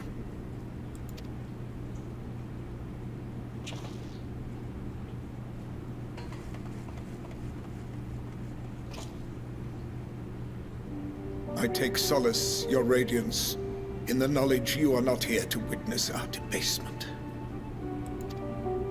'Twas a grand, glorious dream we shared.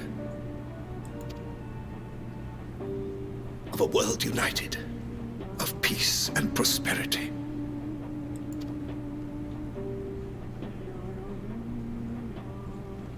We are ghosts, you and I, memories of days gone by.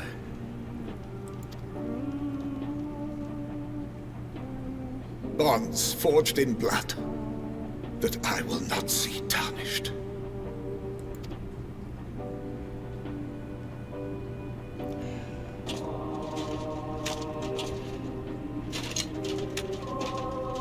Oh no.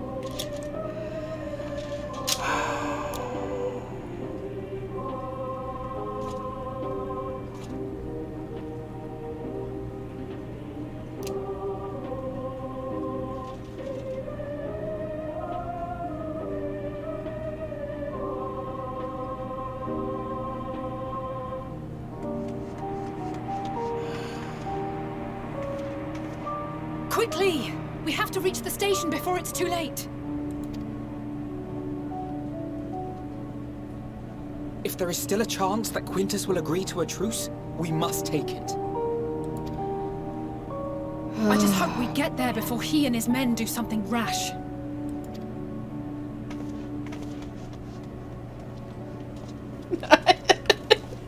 I told you this gets dark, BB10. Oh, God.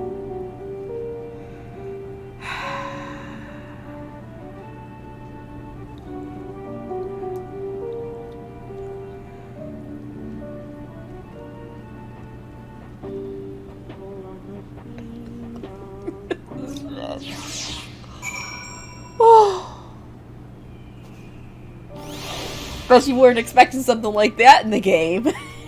I was not expecting that when I first played it. We will make no attempt to resist. Much and more has occurred since last we met. As for determining what comes next, we must speak with Lord Quintus.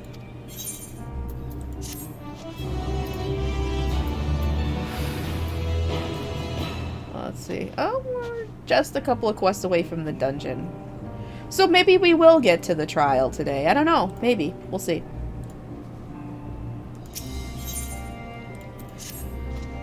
Before we proceed, tell me what you know of the First Legion and the disposition of their forces.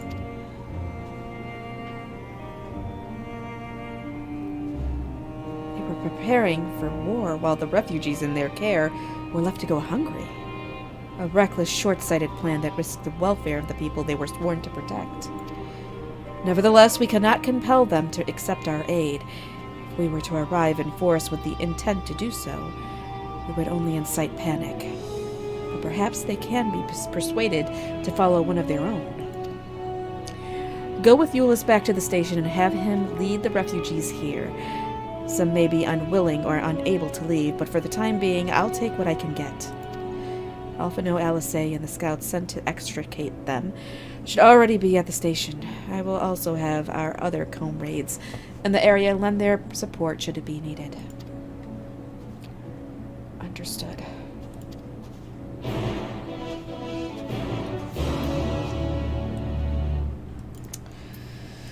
Euless seems pretty broke right now. Pretty broken.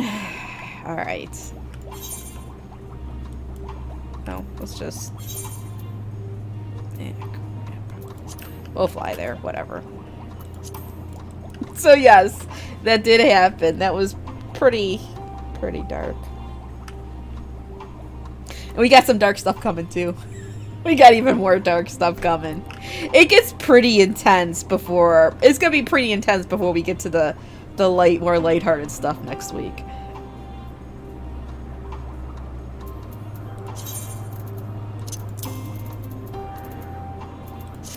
I'm gonna get my bags here. That there. Ooh, I got a Sky Pirates replica mask. Let's see, what else we got here? What custom-made shirt? Oh, yeah.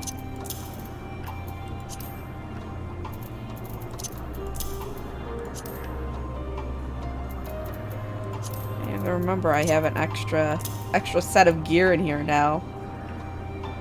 You really you don't? Well, that's fine. That's fine. You don't like them. That may change. That will probably change. But yeah, I wasn't a big fan of him in ARR either. Oh, I did not expect you to arrive so soon. There's been a development. Perhaps you had best see for yourself.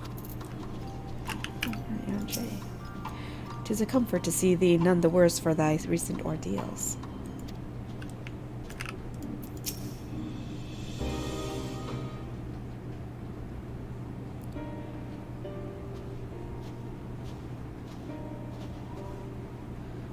Rislin and Euless.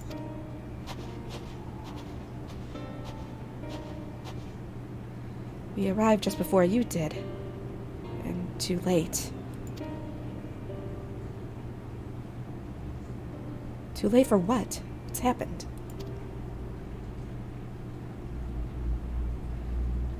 It's Lord Quintus. He took his own life.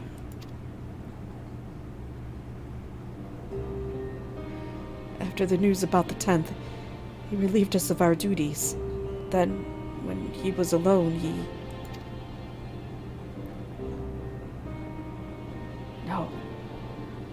No, he wouldn't.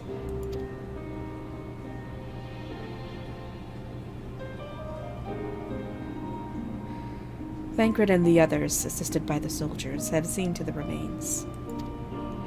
In due course shall the legatus be afforded a proper burial. He released us from our duty.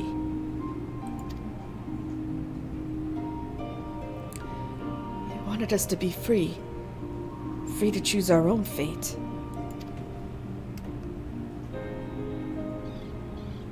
Without him to guide us, I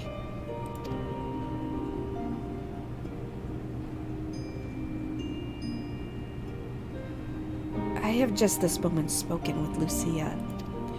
We are ready to commence the transfer of the refugees here to Camp Broken Glass, should they be willing to accept our aid. Some would rather die, but most of us just want to live. Songs and standards be damned. We just want to live.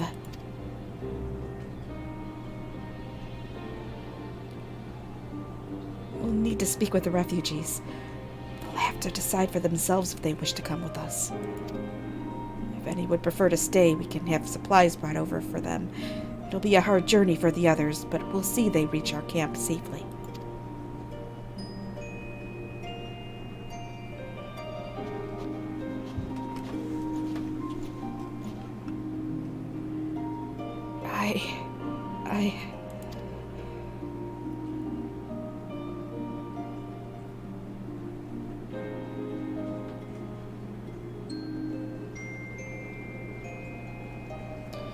Whew.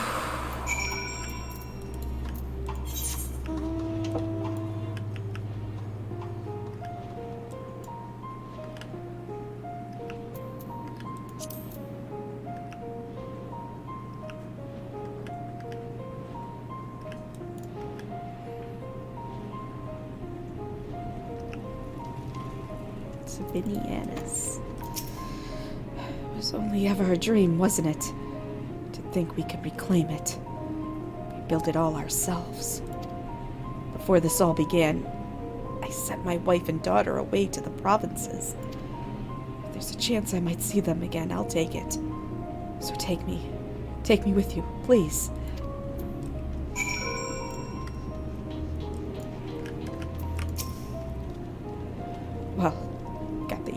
sorted in the end. All it took was a few adjustments, and now it works as well as it ever did. From what I can tell, the one in Laterum is also functioning as normal. That's where you lot are staying, isn't it? Now that most of us are packing up and leaving this place, I reckon there'll be more use for me and my skills over at your camp. Oh, it's Estinian. I know not how to offer encouragement or solace to these poor souls, but if it's safe passage that to our camp they need, I'll gladly oblige.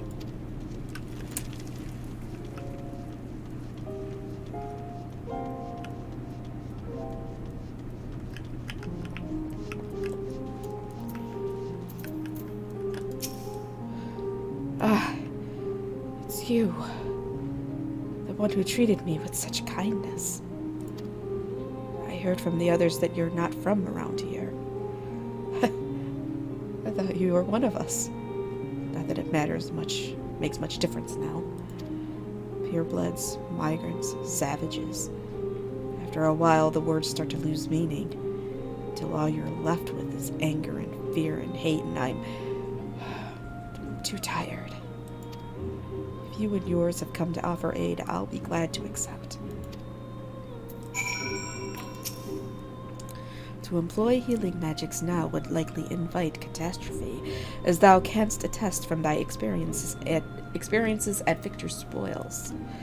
Indeed, the Garleans view our ability to manipulate ether with the same suspicion that many Eorzeans do Magitech.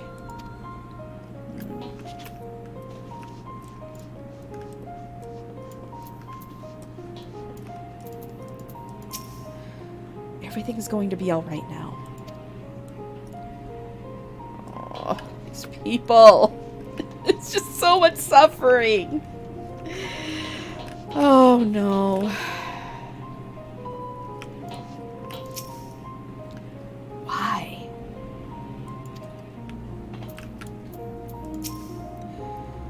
Best not to dwell on it. Not when there's work to be done. We have much to discuss. Our rescue, the attack on Camp Broken Glass, what we'd hoped to talk about with Quintus. But all of that can wait. More urgent matters demand our attention. Are any of the refugees willing to come to our camp? Thank the 12. Thank the 12. You and I should go first and secure the route back to Camp Broken Glass.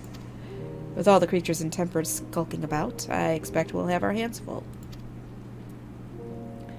This should come in handy. Conqueror's Chain, courtesy of our elements and friends. I'd save it for the Tempered, though. I'll mark a few points that need surveying on your map. Once you've taken care of the riffraff, we'll be back at our camp. I really like Thancred in that outfit. I don't know why. I just really like that outfit on him. Okay.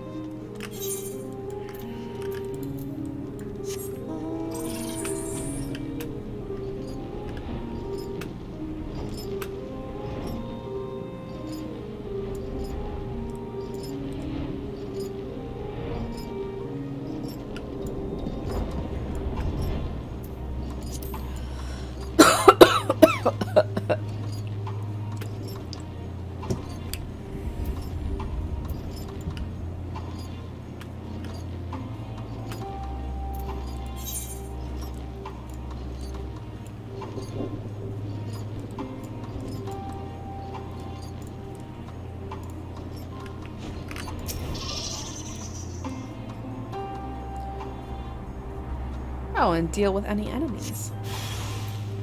Well, I'll pull out Renoa.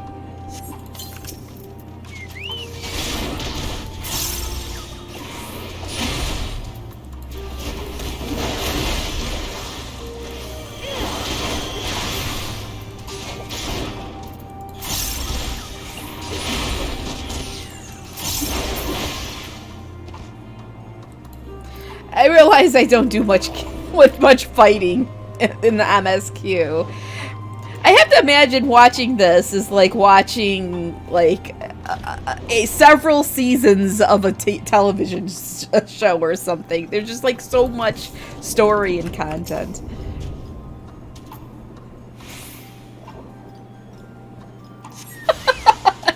Yes, it's just my chocobo. I named her Renoa. Oh, was it a bait? That's my chocobo. She's a little angel. See, she's even got a little halo on and everything.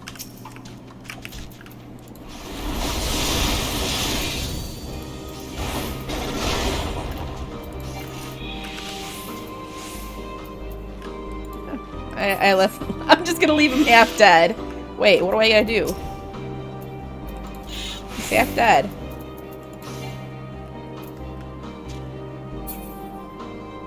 What happened? Come on. I love Renoa too. I do. Final Fantasy VIII is like one of my favorite of the, you know, the mainline Final Fantasy games.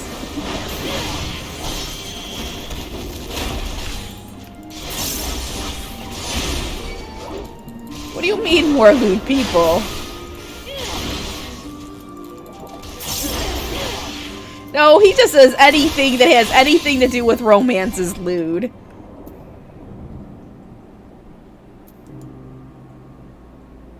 I don't understand why I can't get this done. Is this bugged? Oh my god, stop it! Stop it. Okay, is it because I have Renoa out? Oh. Conqueror's Chain. I gotta... Okay. Alright, alright. Nah, if he calls you lewd, don't be fooled. It's like a term of endearment. Seriously. So don't be fooled. It's fine.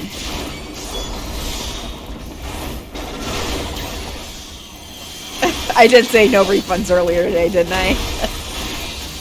Alright. There we go. I gotta use this item. Conqueror's Change.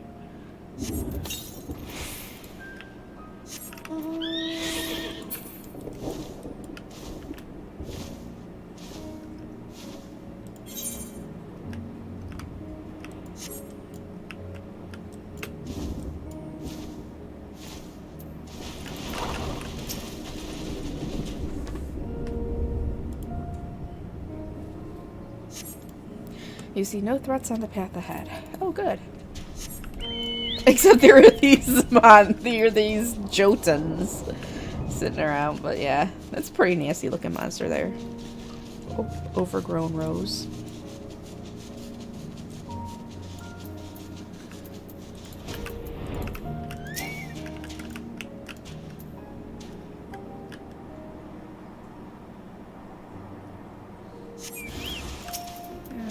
Another Comfort Imperial.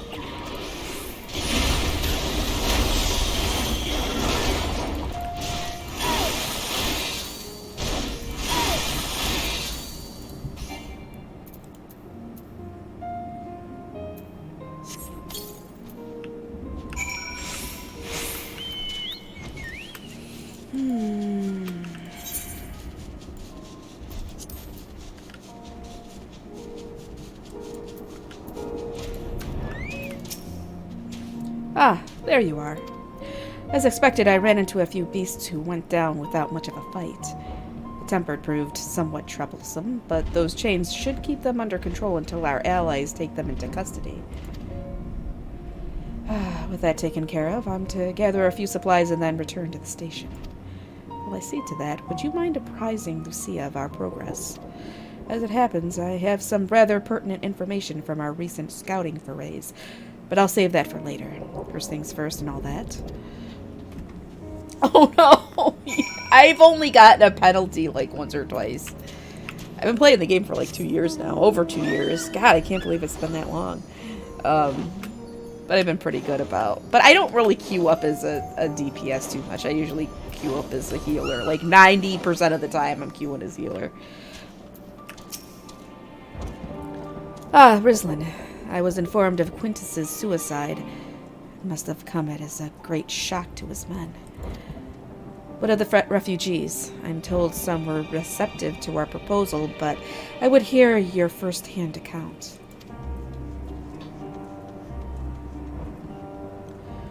That so many did not hesitate to accept proves how desperate their situation has become. We'll do our best to make them feel welcome. The troops who participated in the ambush are no exception.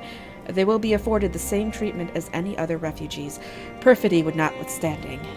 After all, even if I wanted to make an example of them, there's no one left to learn from it. We will tell our allies that these soldiers were acting under the direct orders of their legatus, and that following his suicide they offered a full and unconditional surrender. Perhaps Quintus thought that had he lived, he would be tried as a war criminal, and his men punished with him. Perhaps by taking his own life, he hoped to absolve them of any culpability. Or perhaps, like too many others, he was a true believer to the end. Who can say? I didn't know the man or his heart. His reasons, noble or otherwise, died with him, and it falls to us to clean up the mess.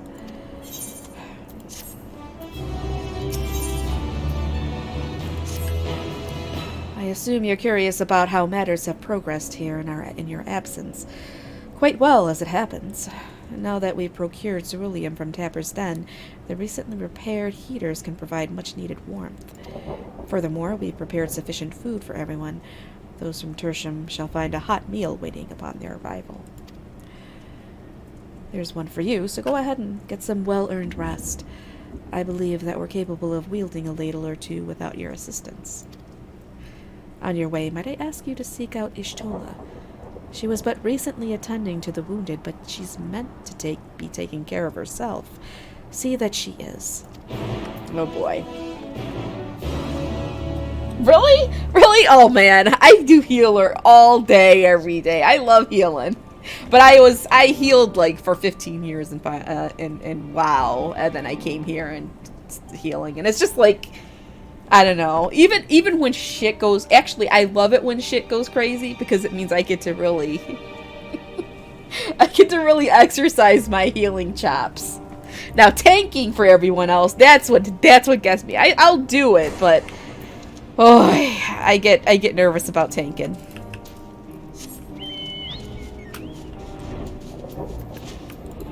I am a nurse, kind of. Not in real life, I'm not, but I probably should have been. Yes, I have been taking proper breaks and imbibing sufficient water. But what of the Warrior of Light? You and the twins have an established history of reckless disregard for your own well-being. We're all fortunate that none of you landed yourselves in my care. I've already quite enough to deal with between the tempered and the first wounded. Alas, though I can mend their bodies, the toll their experiences have taken on their hearts and minds is another matter altogether. For their sakes, we mustn't waver, but nor must we rush ahead in eagerness to see the day won, and in so doing invite disaster. Upon settling down for supper, several cutscenes will play in sequence. Alright, get ready. Maybe I should go get a drink. It is recommended that you set aside sufficient time to view these scenes in their entirety. Okay, let me go to the bathroom real quick. And I am going to grab another drink, and then we'll do this, because I think it's going to be a bunch of cutscenes, and then we're hitting the dungeon. So good stuff's coming, BB10. You're going to like this. You are going to like it.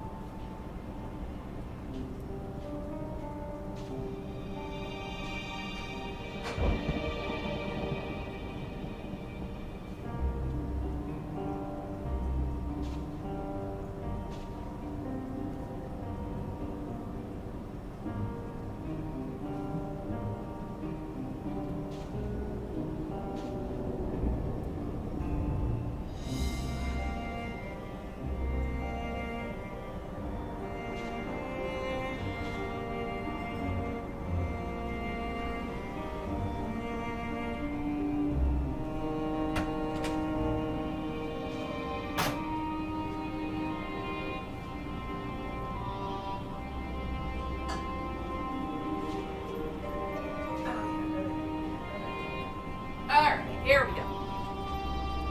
No, more Dr. Peppers. I'm just gonna do a water. Oh, yeah, I think I had too much. Not too much Dr. Pepper, but we're gonna have a little bit higher calorie dinner tonight, and so I'm gonna cut out an extra Dr. Pepper to make room for, you know, more good stuff, more foods. All right, let's do this.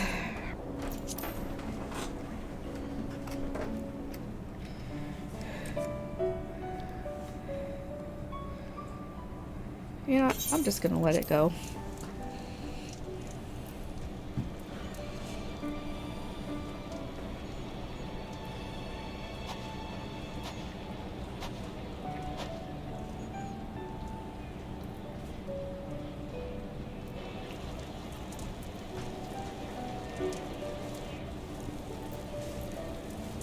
You know, everything is going too well right now. You know shit's about to hit the fan. It's gotta. It's gotta. This is going too well.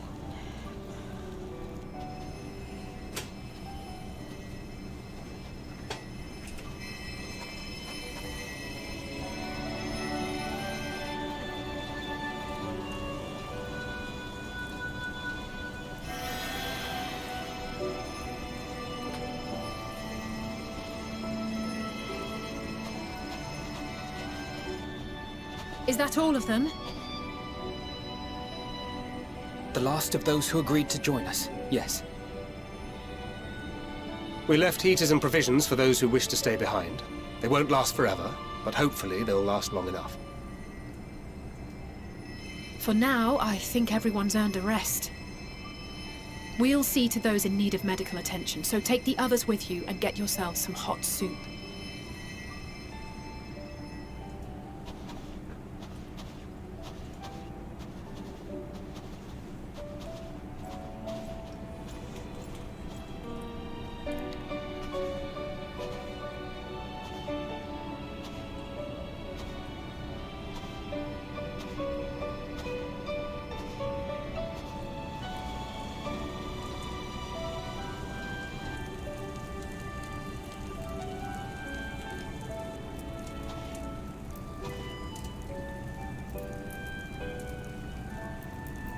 Is it garlic soup? Well, they are in garlic mold.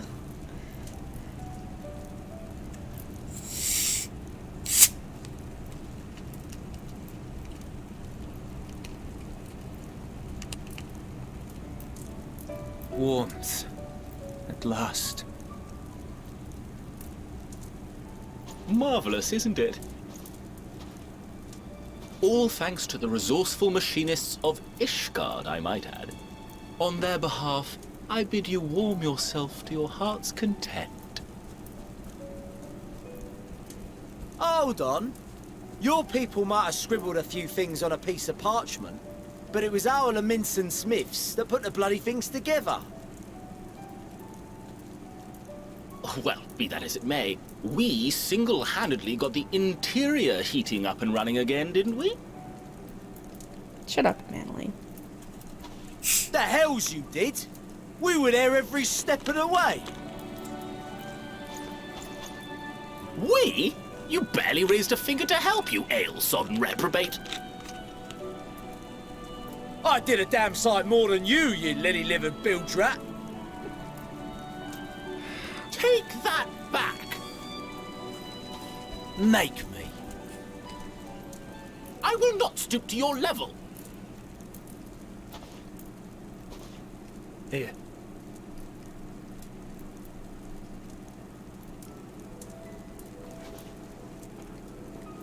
At ease, man. There's nothing funny in it.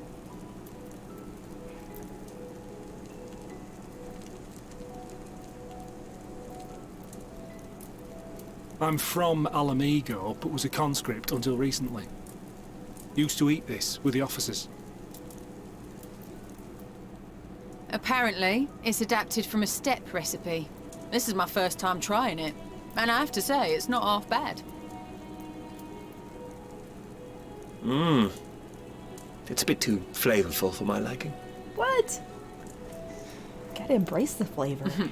Perhaps compared to what you're used to.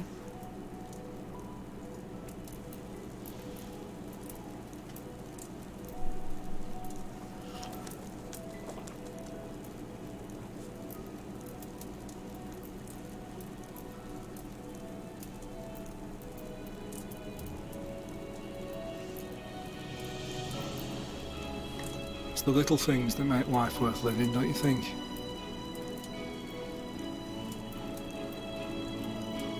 Oh no, he's gonna start crying. Don't cry. I hate seeing a grown man cry.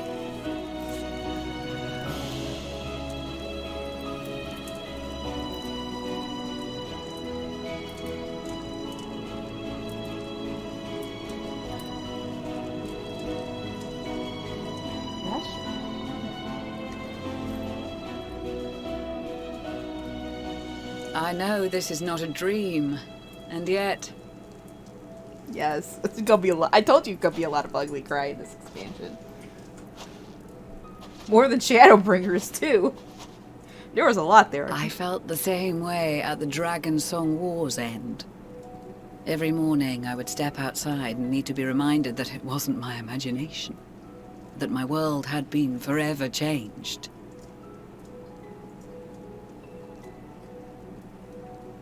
And just as I had grown accustomed to the idea, again you change my world in ways I never thought possible.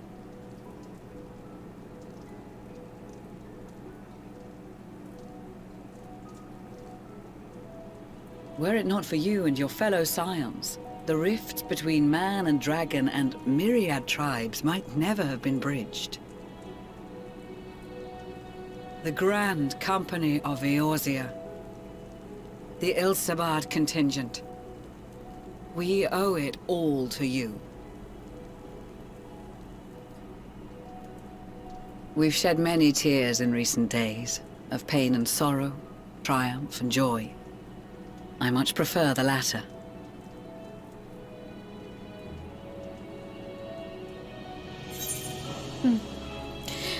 Well, as do I.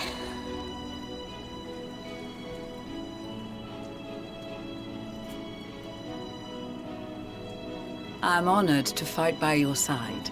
As an Eorzean and Garlean both, I shall do all in my power to bring my peoples together.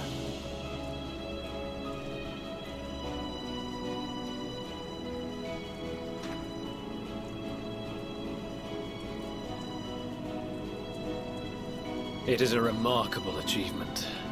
Everything that I and the Populares had hoped for, and more. Would that it had come sooner.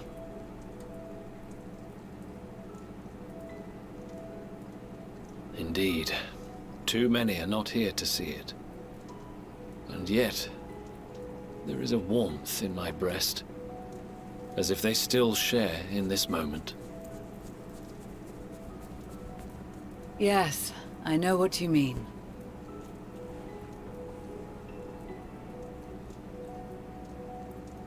On a night like tonight, the wind and cold seem to pass me by.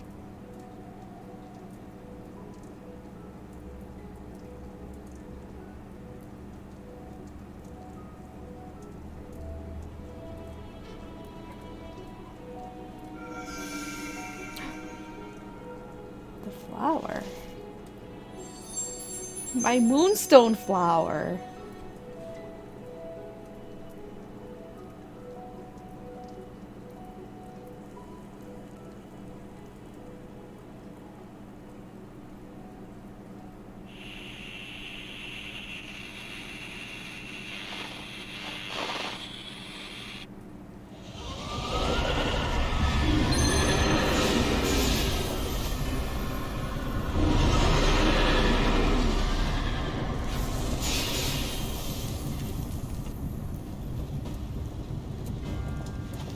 Oh noes.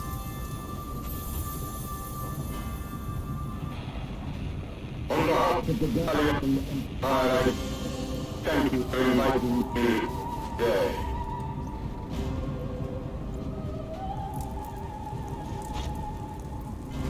What? Emperor Varys? Oh noes.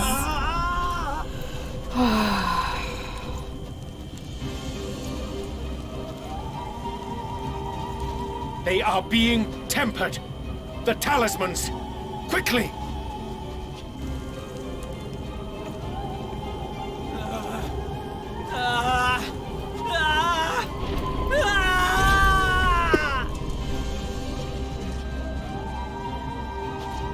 Save me, brave hero! No! God dang it, My lord has requested your presence, and I would hate to disappoint him.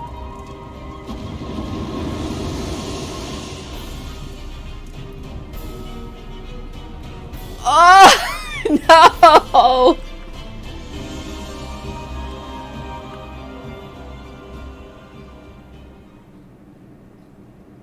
The experiment was a success, but I fear our time is short.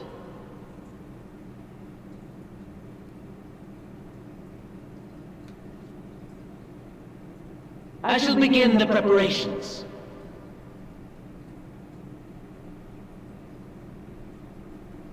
Now, it is time for you to awaken.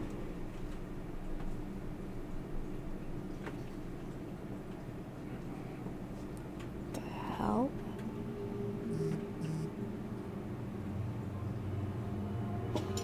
Good morrow to you. Here, have a taste before it gets cold. Oh, but be sure to remove your helmet. Take a moment, too, to familiarize yourself with that borrowed flesh. Oh, shit.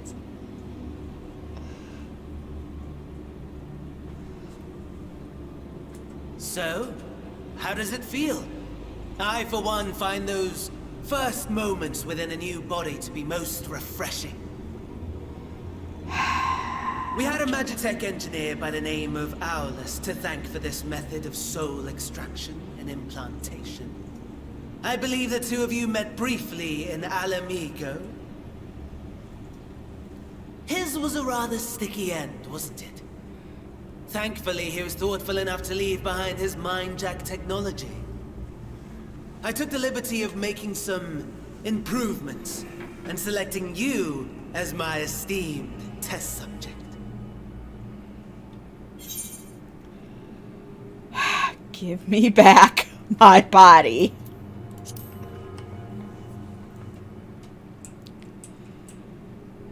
And permit you to go on a righteous rampage instead of partaking in this delicious meal? I think not. I must say, I've gone to great lengths to reunite you with my lord. I don't like this dinner When I date. discovered that his friend was in this neck of the woods, I suggested inviting you over for dinner. He never deigned to respond, but I took his silence as a resounding yes.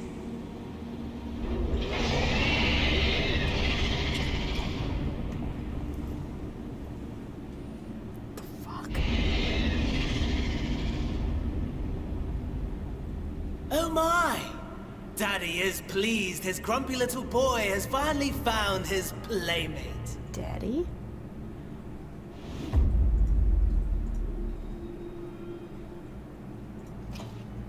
Ah, exposition is in order. Yes, please. The Garlean Empire has long outlawed all forms of religion. No gods to worship, no risk of summoning. Brilliantly simple.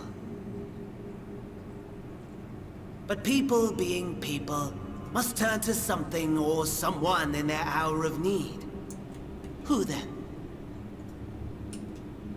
Why, His Radiance the Emperor, of course.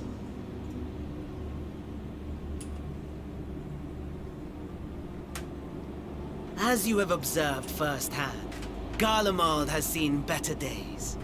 The legendary Solus Oscalvus, dead. Provinces near and far in open rebellion. Our bold new emperor assassinated. And that last one even sparked a civil war. What rotten luck. The people cried out for salvation. Their earnest pleas, one might even call them prayers, a supplication united for the Empire to reclaim her former glory. And so their will did manifest, channeled through the corpse of none other than Emperor Varus himself. And lo, the Savior was born, the embodiment of the Garlean spirit, their anima. Oh.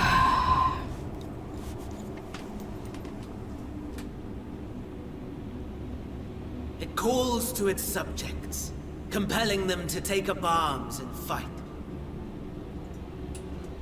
And just as the wealth and power gravitate towards the Empire's capital, so too does ether from every corner of the globe. Literally a garlic zombie, yes. The towers with which you and your allies have been so preoccupied were created as an extension of anima itself. An ingenious design.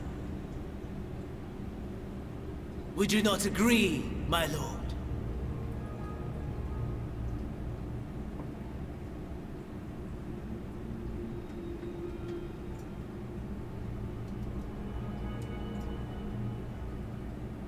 Does the pursuit of prey you have bested before excite you? Of course not. Absent the challenge, the thrill, your prize is a hollow victory. Butchery.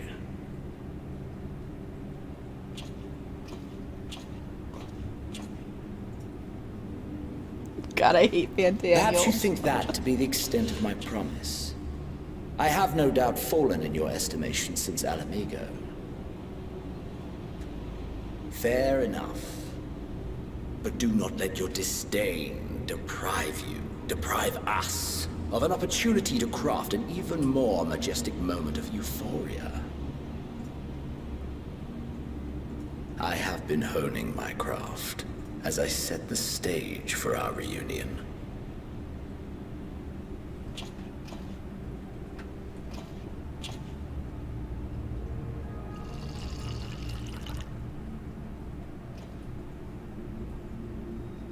Wheresoever there is suffering and despair, you appear to fulfill your duty as defender of this star.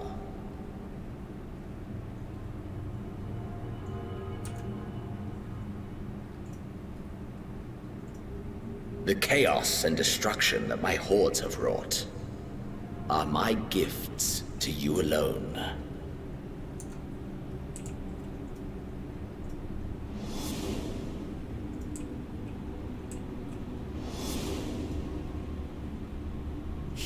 Oh, Madonna.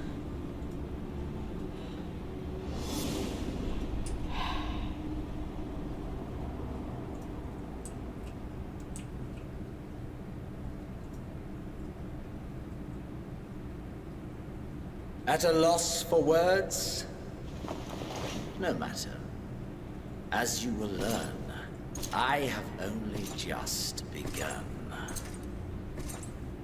Oh, will you not finish your meal? There is only one thing that can sate my hunger. And it would seem my friend has lost her appetite. I hoped this display of civility might prove an entertaining diversion. But clearly we are above such pretensions.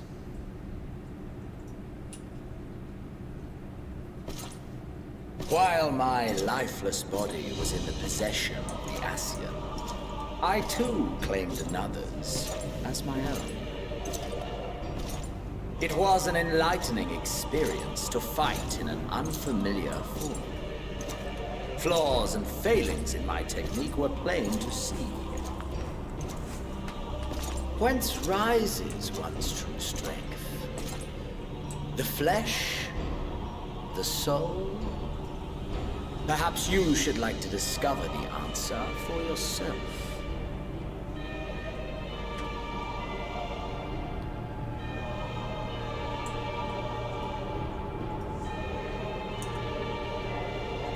Oh, no.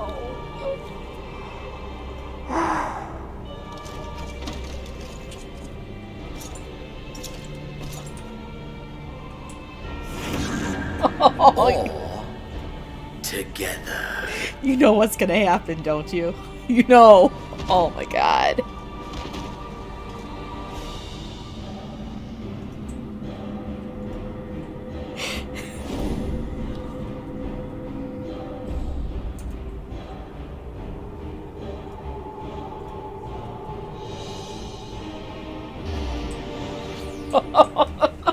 No! Oh dear! Whatever would happen if my lord were to greet your friends as you? I shudder to imagine what carnage he would wreak. Fuck. We'd better hurry if we want to avert the bloodbath. You can thank me later for my generosity. Shit. No!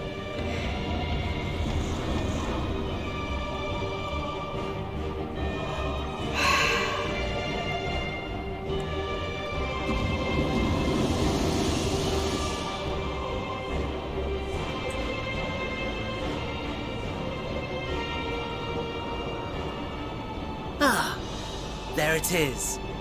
Your camp, I believe. Yeah, that's kind of far. If I were to hazard a guess, I would say that you, the other you, is making her way there as we speak.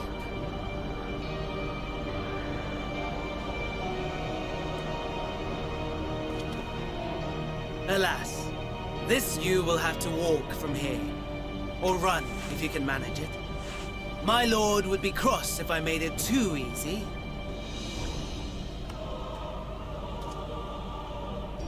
Such ingratitude. I'd not squander this fighting chance. After all, you've obstacles enough to overcome.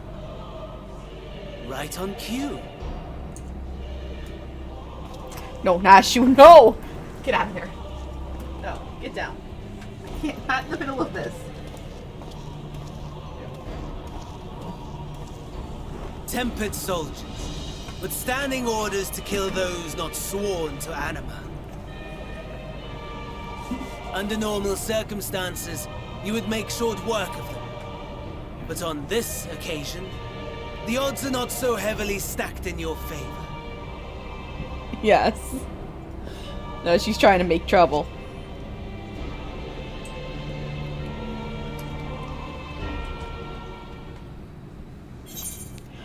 Oh, okay, I'm doing this on very easy. Only because I remember this being a pain in the ass before, and I want to get through to the dungeons before I stop.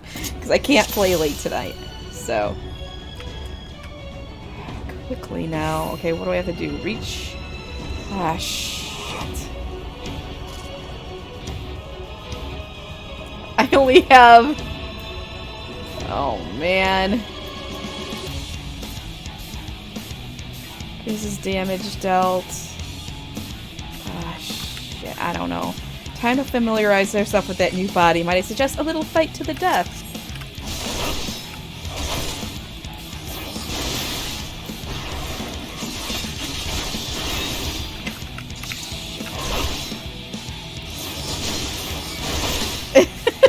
No, do the cheating, please. Not bad at all, given your diminished capacity. Nevertheless, 'twould perhaps be prudent to keep to the shadows, scurrying about like a rodent.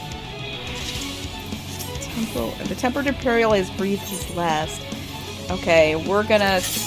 Oh, the unfortunate soldier was carrying a medical kit. You may use medical kits to restore depleted HP. While you can only carry a limited number, more can be found by inspecting the fallen soldiers. Okay.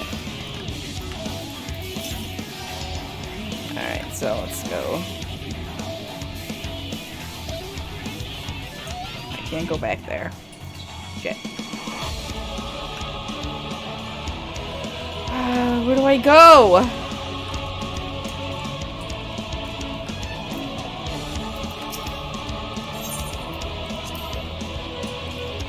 Were you in possession of your own body, you may have had the capacity to subdue rather than slay this tempered soldier. In this battle, you are unable to use the full extent of your powers. To reach Camp Broken Glass quickly, you should avoid combat whenever possible. If you're discovered, your foes will give chase. The Magitech units are especially powerful, and your chances of defeating them in your current state are slim at best. Alright. Oh, now I can go. Okay. What's in here? Magitech Reaper's fighting days are over. Nothing.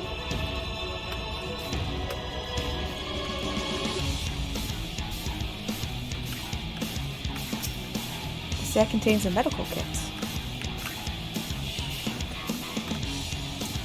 Yep, and you know how I am at stealth.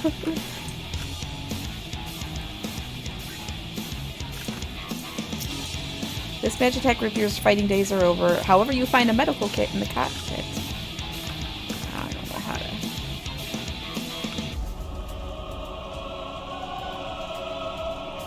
Deceased Imperial.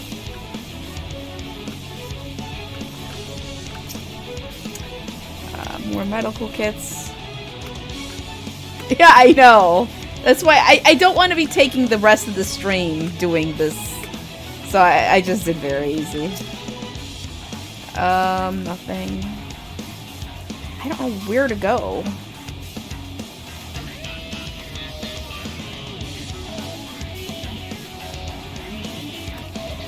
Fuel concealing wreckage.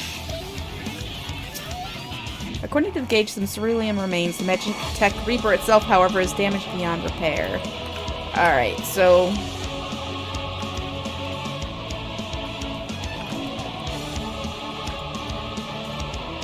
Reach... Problem is, I don't know how... Ah, there's so many of them there! Alright, so...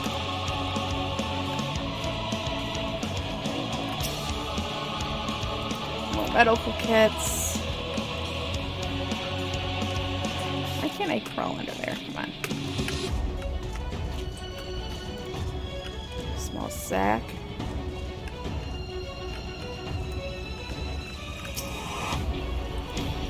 Vial of Salutaris. Regenerating HP over time. Yes. Alright,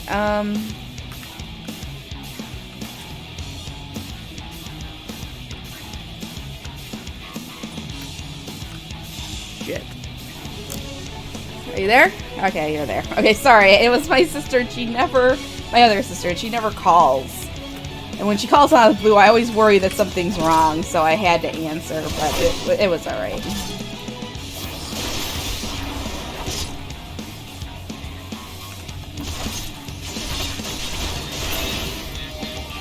Especially, you know, with stuff going on with my nephew and stuff. Alright, yeah, that was mirrors. Okay, something is up here.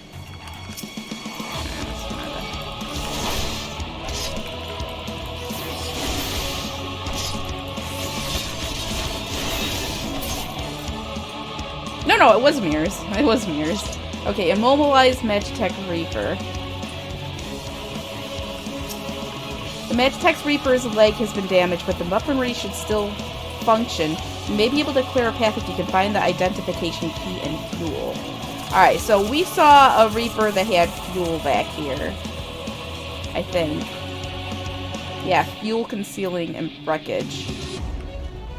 So, let's try this. The ceruleum gauge indicates, okay, you should be able to remove the tank and carry it to another location. Alright, so I have the tank. Oh, shit. Alright, I had to get over here.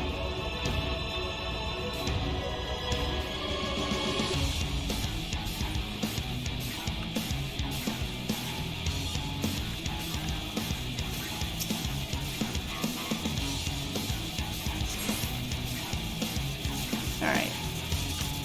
Over here. I'm inside this building. Come quickly. Oh, in here? Where? What building? Here?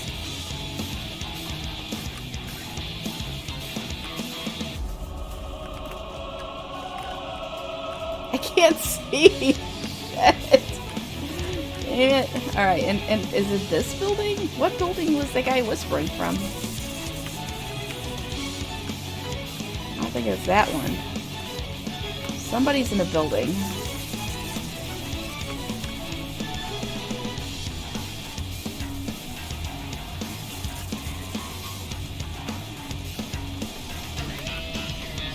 here, I think. She's not being turned? Thank goodness. I thought I was the only one left. Ugh. Bastards got my hand when they took down my Magitech Reaper. If you can repair its leg, though, it should still work. Here, take this key. If I had the use of my hand, I might have stood a chance out there.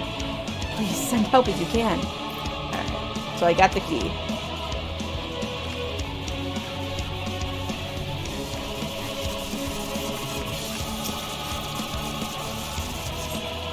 Alright.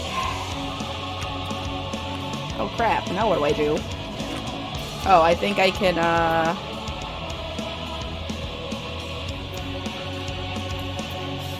Oh, there we go. I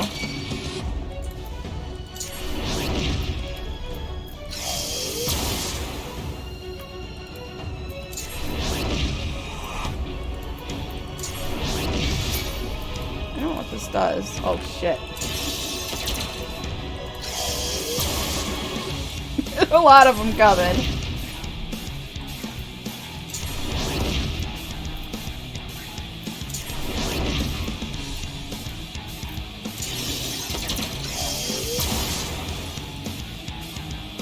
Okay, looks like I took care of those.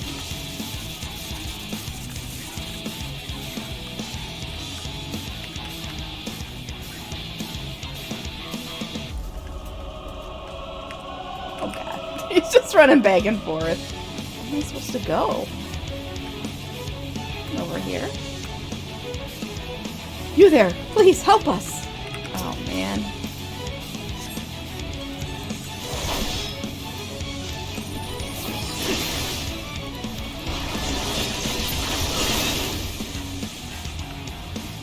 This way. Okay, I guess we gotta follow this guy. Oh, I gotta kill more stuff.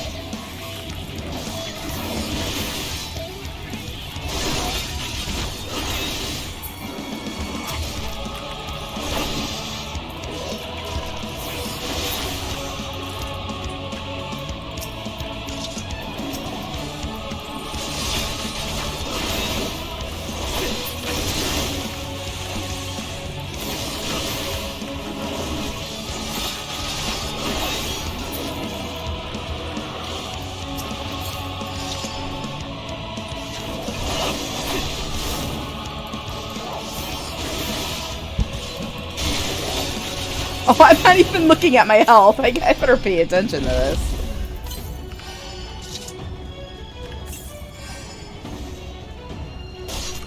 Oh no. What's that voice? They found us! Get ready! Oh, great. Can I get in here? No.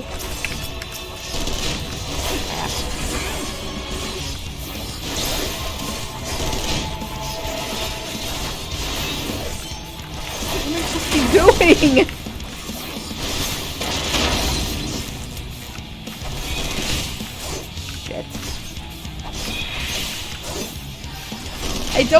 I really don't like this. I mean, the idea of this,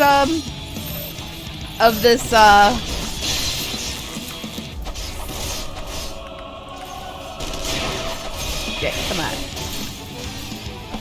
The idea of this is cool, but I don't like feeling, like, so hindered. And I guess that's what they wanted, but it's like, ugh.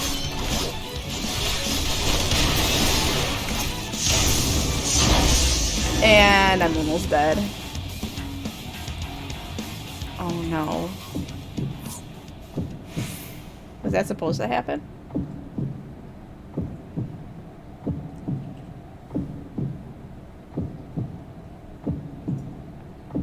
Unable to escape the blast, you begin to lose consciousness.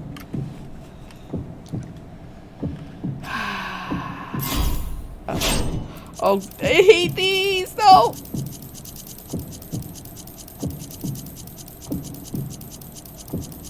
Ah, fucking active time maneuvers.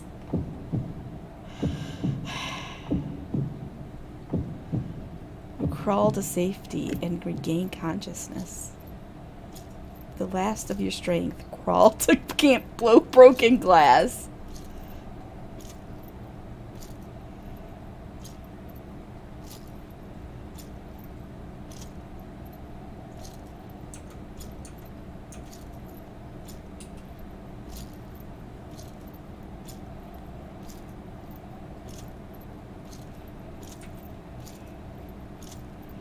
You love this? I don't know.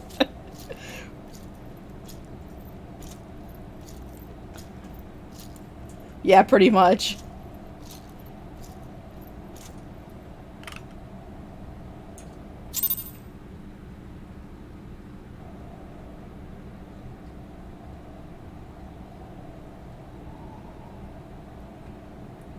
It is a miracle we were able to restrain the Tempered without suffering casualties.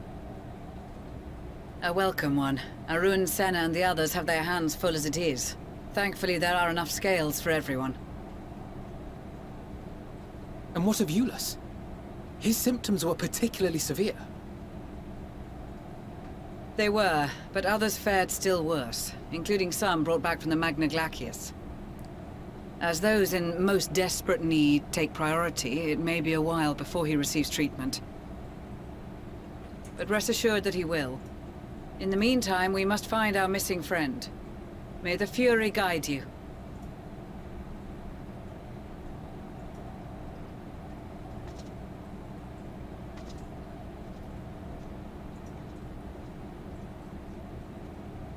Of all the bloody times for a disappearing act. Right when the first wave struck, we'd be fools to think it a coincidence. But where even to begin the search? No one saw her leave in the chaos, and we've no trail to follow. While I know full well she can handle herself, I worry all the same.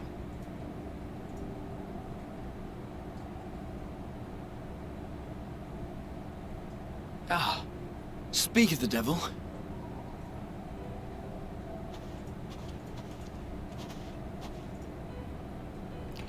Well, time to call off the search.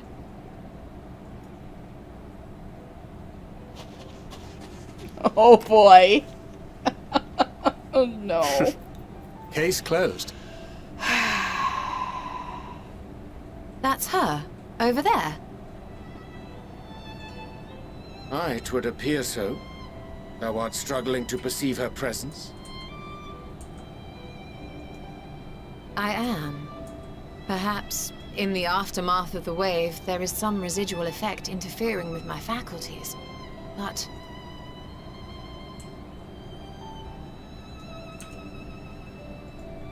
Where have you been? We've been worried sick. Now, all's well that ends well. Are you all right? Thank you, Superman. You have a good stream too. Are you all right? I'll catch you later. Oh no.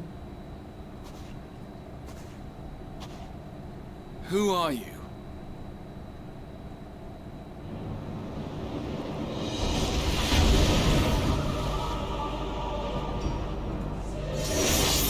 Oh no.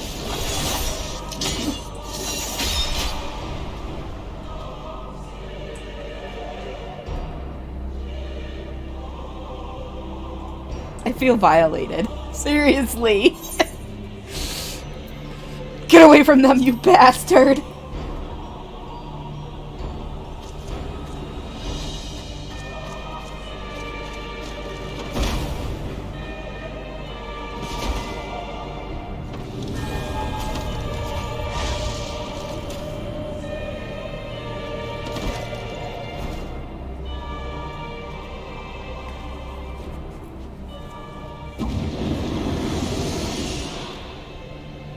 Sadly, that is all we have time for today.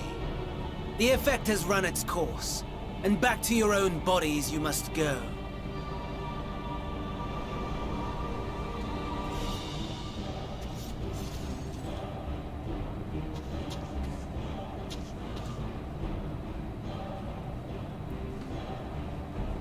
But where are my manners?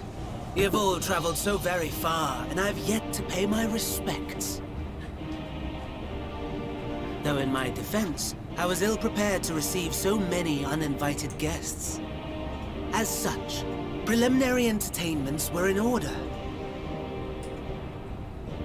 A handful of tempered soldiers to hamper your progress. Refugees to command your attention while I siphon the ceruleum from the shadows. Particularly effective. Charitable souls that you are, you bent over backwards to aid them, heedless of the delay, predictable to a fault. And so my plan approaches completion unhindered.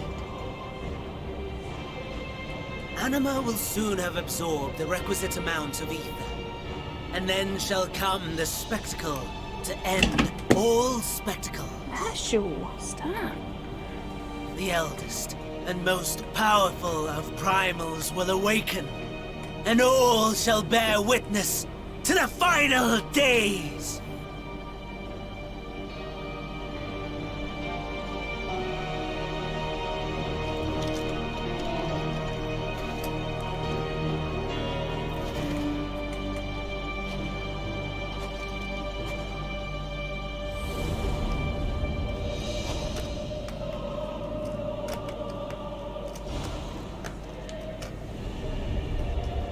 The gods themselves will be my meal. Your dear companions my dessert. Upon this world I'll feast, and death shall follow in my wake. I should get out of there.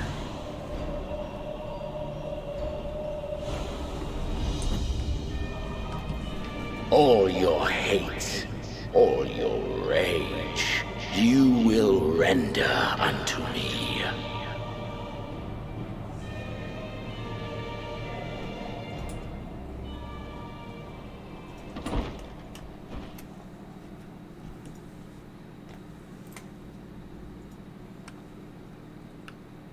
For upon thy life's reel wind too many threads of fate, power, weal enmeshed with woe. Yes. More terrible still is the attrition wrought upon thy companions, as they are swept up in the storm of thine existence. Take heart and protect them well. They will be your strength and your salvation.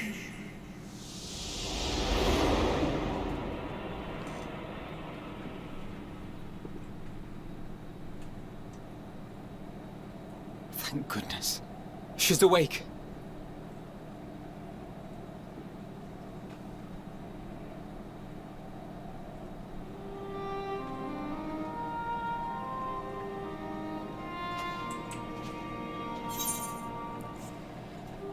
Is everyone all right?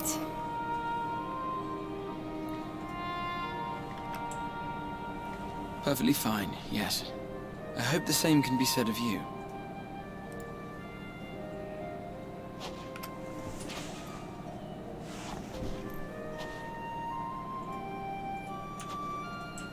Everything in working order?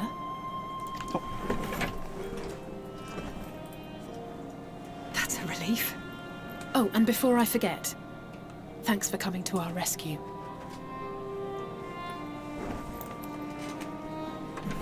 Given recent events, I would be surprised if you weren't feeling a bit poorly. A hearty meal and a long rest would be my recommendation under normal circumstances, but these are anything but. If Van Daniel's boasts are to be believed, we must act quickly. Once you've blown away the cobwebs, we can discuss preparations for our assault on the Tower of Babel.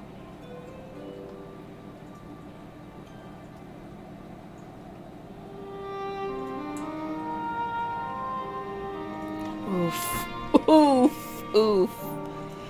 Alright, where are we here? Sin from the cold. Gateway of the gods. Okay, I think we're probably just gonna finish up this dungeon, and then I've got to go because I've got stuff to do. I've got to get ready for tonight. So next quest will be the dungeon, and then we'll call it from there. Are you certain you've recovered? You mustn't push yourself, especially after an experience like that. Thank heavens you hear you again. Gave me quite a fright. Alright, well, they're all gonna say that stuff. You're certain you're well? Nothing out of place? No missing bits? Good, though I won't promise the same for Fandaniel and Xenos after I'm through with them. How much must these people suffer before they are satisfied? How What many cruel, pointless tricks must they play? Prelude to the final days or no, this ends now.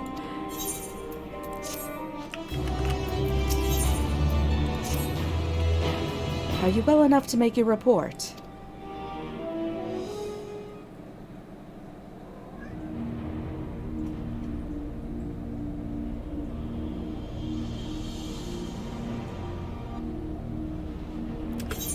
This anima was summoned with the corpse of Emperor Varus.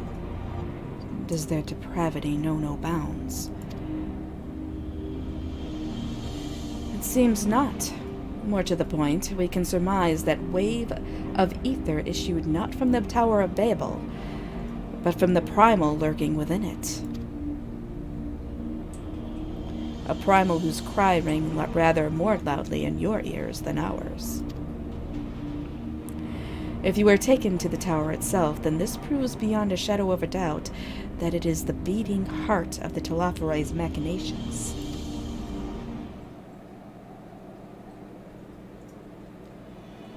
In which case, we have some highly relevant information.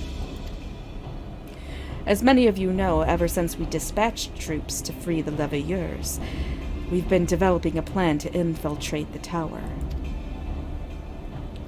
According to Thancred and his scouts, the main structure is lousy with tempered and enemy magitech.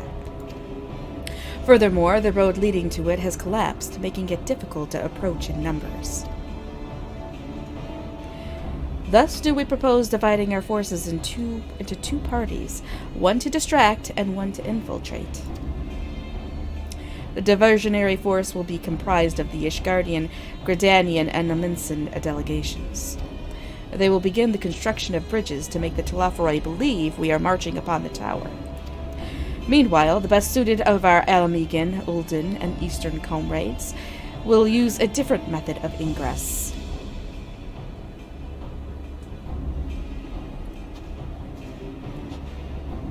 Look here. The facility marked in red is the Enceladium, a vast magitech manufactory. In ruins now, of course. But the freight tunnel connecting it to the erstwhile Imperial Palace remains intact. While the Telophori's attention is elsewhere, our infiltration force can use it to enter the tower undetected.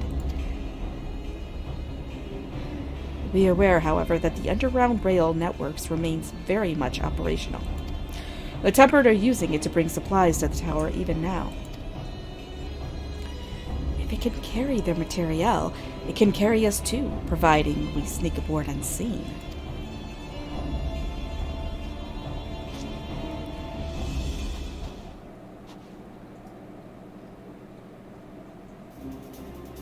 Scions will lead the infiltration party.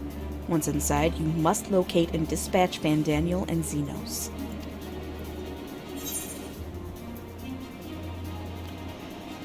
Well, it's time we ended this once and for all.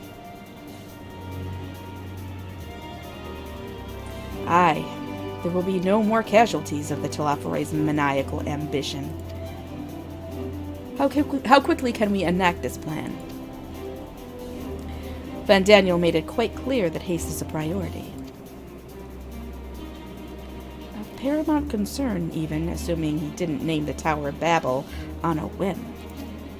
In Amon's time, it meant Gateway of the Gods.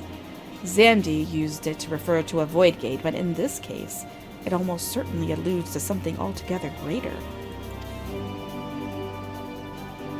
The eldest and most powerful of primals. All the more reason to act now. The rest of the contingent is aware of the plan and are ready to move at a moment's notice. You are to proceed north to Forum Patons. Lisa's group will meet you there. As ever, we are grateful for your foresight. This is the moment we've been waiting for. Spare no effort in your preparations.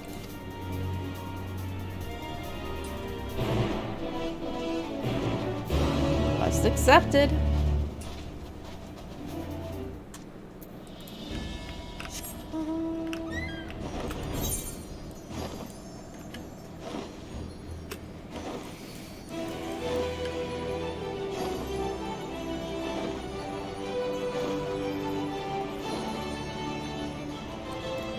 We're heading over now.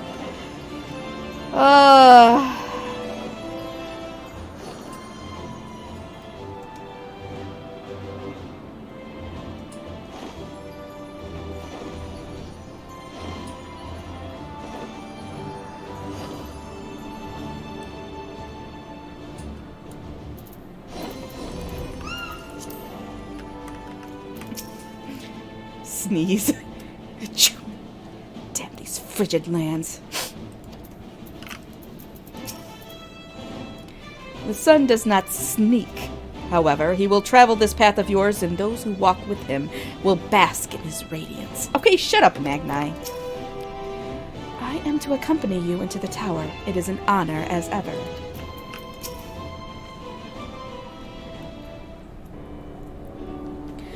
Rislin, the way into the tunnel is clear. We've made sure of it. I wish you'd made sure to bring a coat instead. Oh, I'll warm up when I throw a punch or two. Barely enough cloth to swaddle a newborn. Clearly you have spent too long around this feral dog of a Thotharl. Watch your tongue, fool, lest I feed it to the crows. We will see who is the fool when you freeze to death. Expect me not to warm your ill-prepared hide.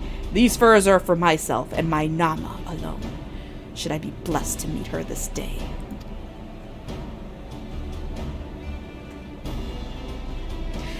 As if any woman of worth would wish to be warmed by you, little son. Should we find such a warrior within, she will bask in my glorious flame. These two ever at each other's throats. Stop, both of you! Save your fire for the enemy. As for extra furs, I have plenty to spare. As do we.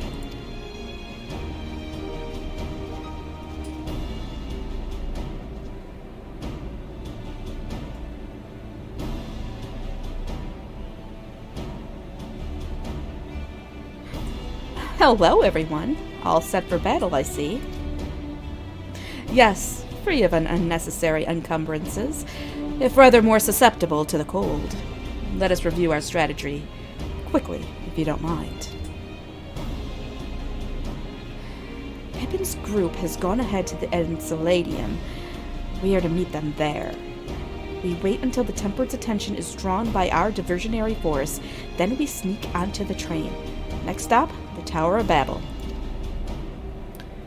If any, Tempered included, are injured, we Zayla will tend to them. You science must press on no matter what.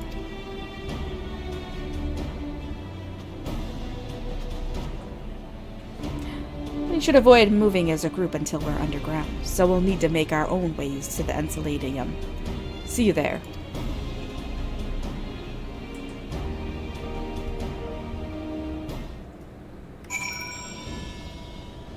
Now where do I go?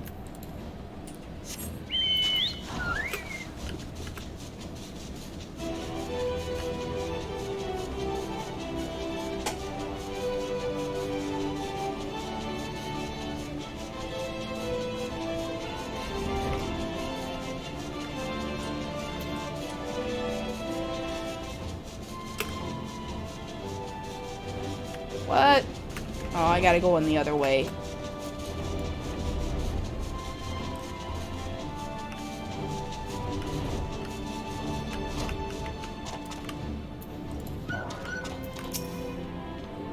Hail! It's good to see you, Rislin. We heard that you collapsed, but were given only the most cursory explanation. I'm glad you've recovered, and quickly enough to take part in the operation at that. As you will have heard, we've secured the way in.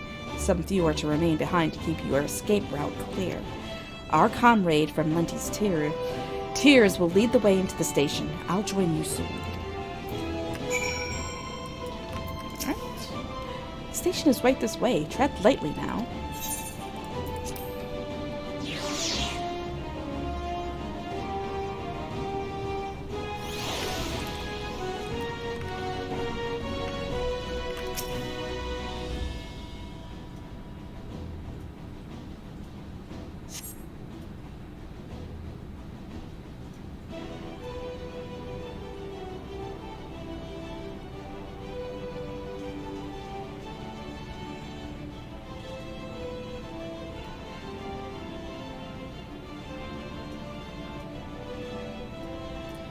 This is everyone.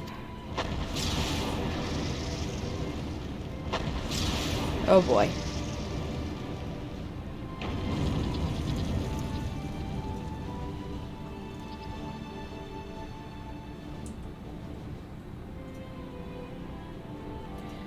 Consider the enemy well and truly distracted. Time to go. Our primary objective is, of course, the Telophori's leaders. But should we be presented with an opportunity to vanquish Anima, we must seize it. If it is indeed the force behind the towers, destroying it will deliver our allies from the Telophori's reign of terror.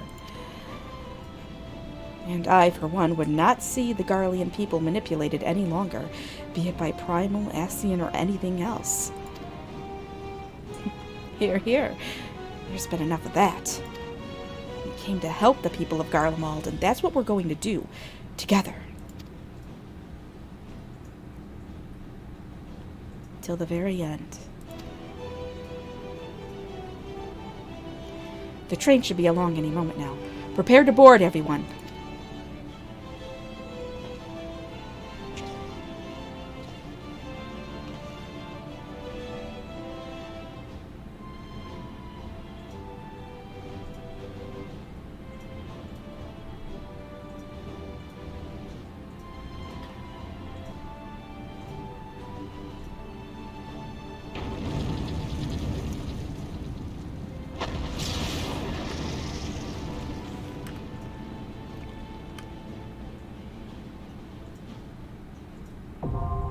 Alright, Tower of Babel, now accessible.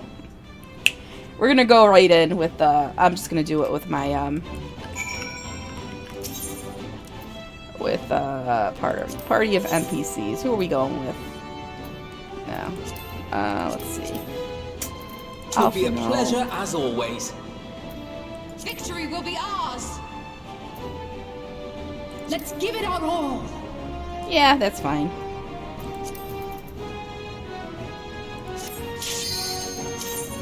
Yeah. Yeah, they're doing it.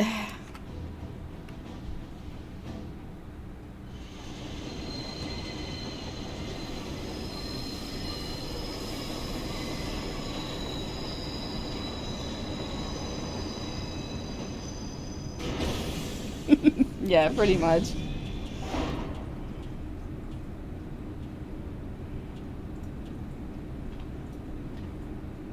Now or never.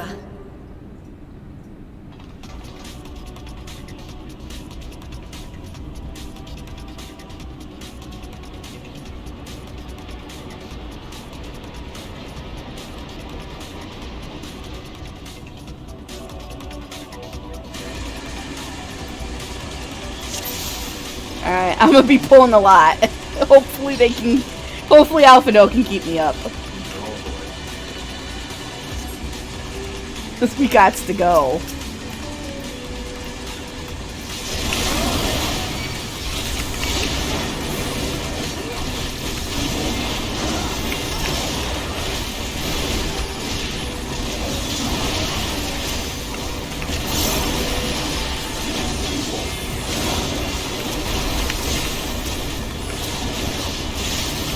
Man, I don't have that yet.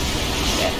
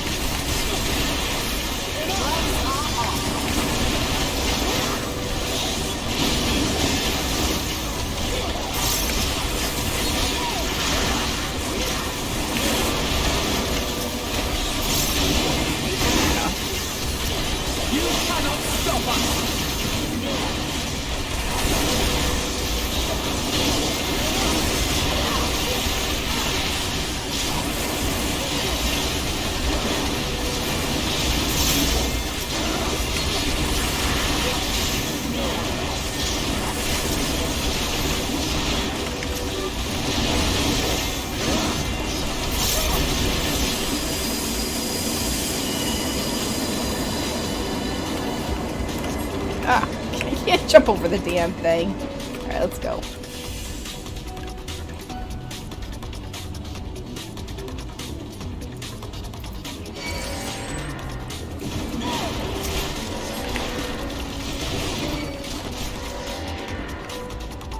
Alright, this might be biting off more than I can chew. Oh no. Alright, I gotta go back. Because they will pull one of them. They will pull one of them and then sit back here and fight them while I take on the entire group by myself. Now come on. Oh.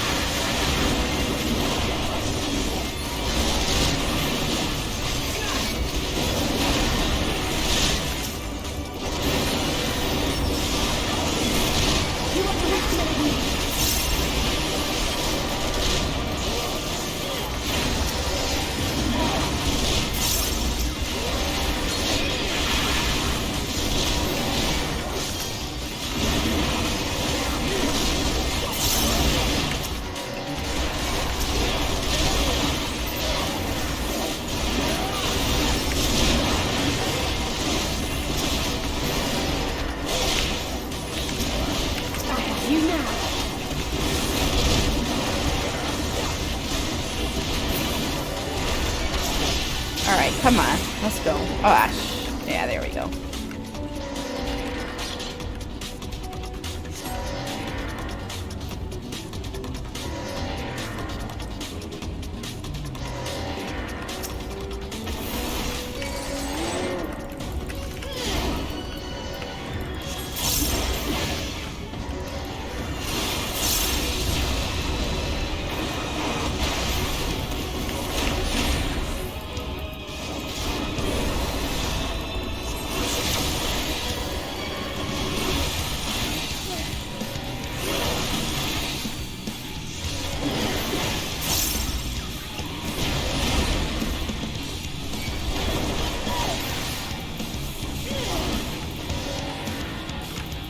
This one's kind of neat because it's got to do with polarities. So.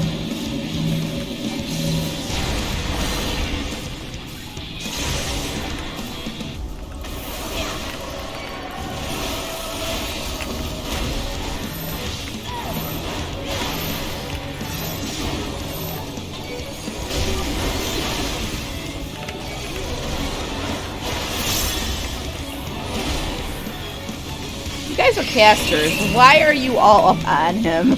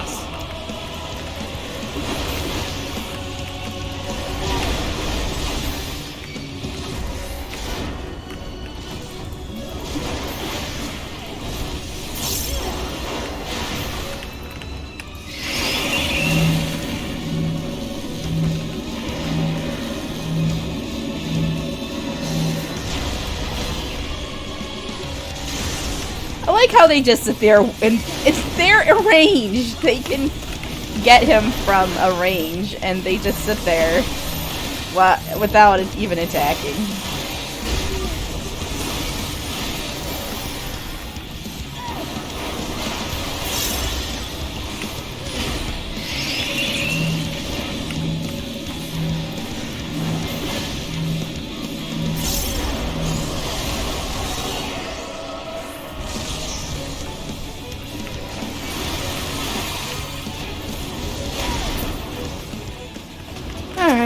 I get all the loots. What? Greedy. Well, I'm the only one here. They don't want them. They don't want any of the stuff. That stuff. What could they possibly such enormous lifts for? Or need such enormous lifts?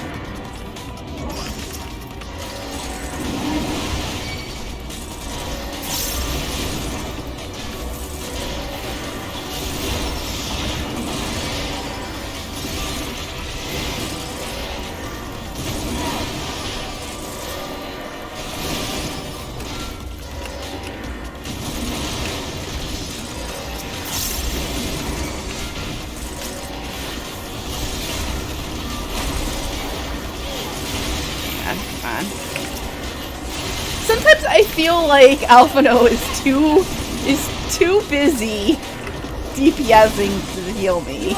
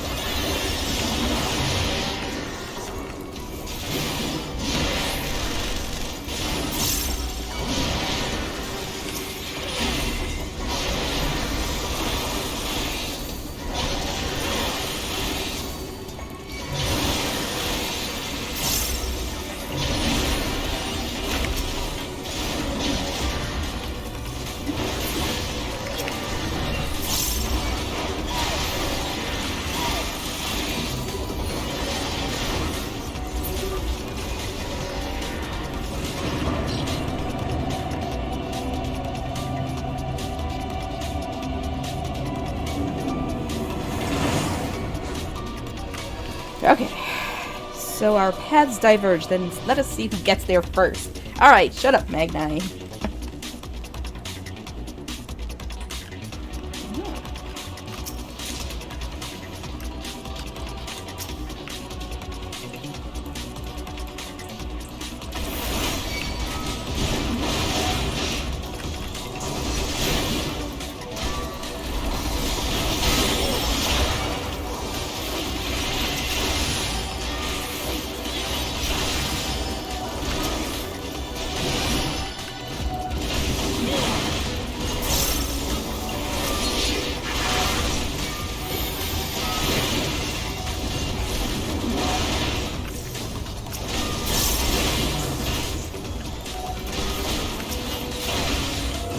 I feel like this dungeon is so much more interesting looking than the previous one. I don't know why, but Tower of Zot just kind of met to me.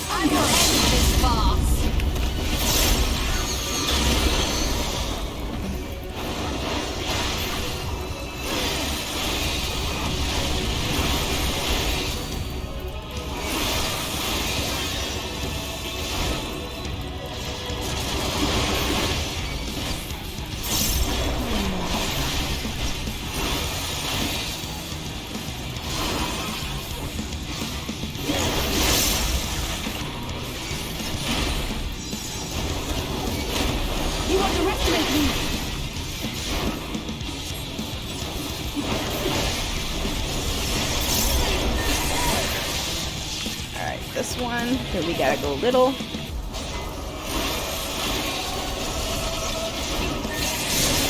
I have you now.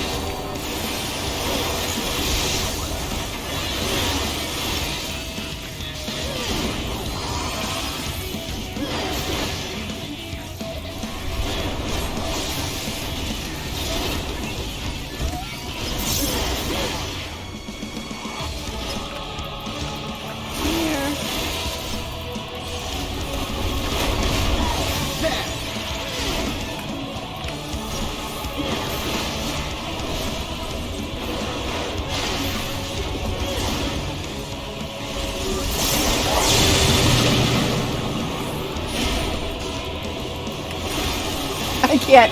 I've messed around before too long on that and died. I'd like, you get a debuff and you will drown if you don't become a frog.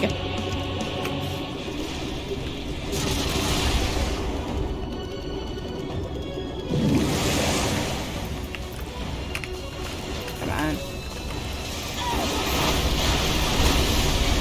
Oh, it's your mom. Your mom's home.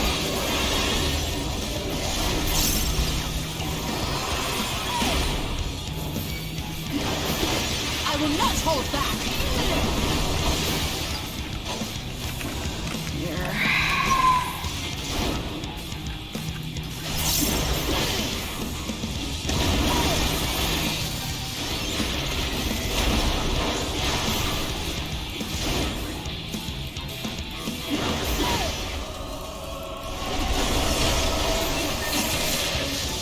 Oh god, do it before. Oh, here we gotta go this. Oh no, no, wrong one. Shit. Alright, there we go. They're dead. He's dead. I almost screwed that up. The phone was ringing. I got discombobulated. It's fine. We did it.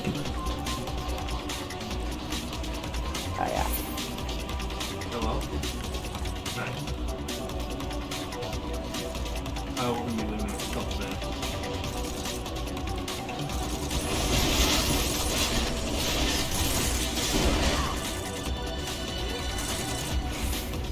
Oh, okay.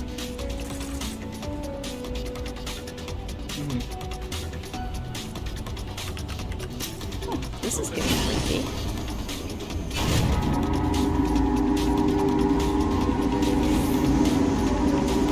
Apparently Margie sounds like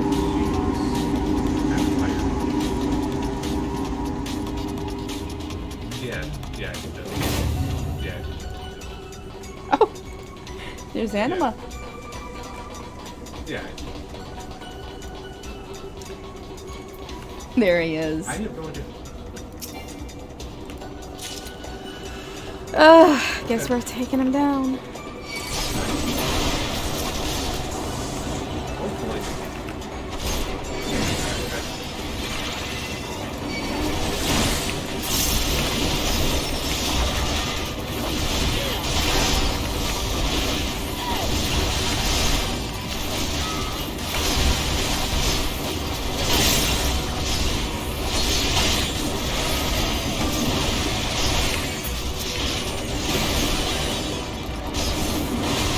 Oh my god, they're back there. I told you. They didn't even follow me. I had to keep myself up this entire time.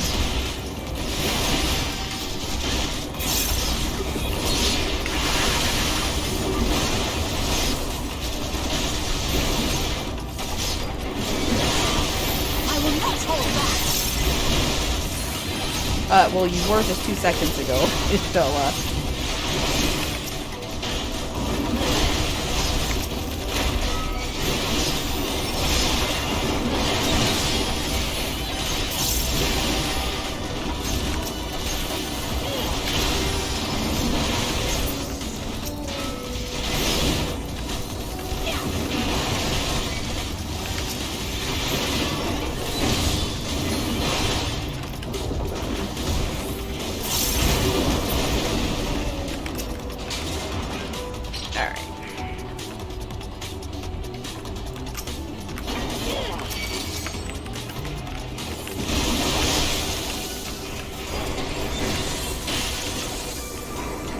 go get treasure. Because we need treasures. Going down here. Oh no, no, what are you doing? Get back here! Oh my god, stop!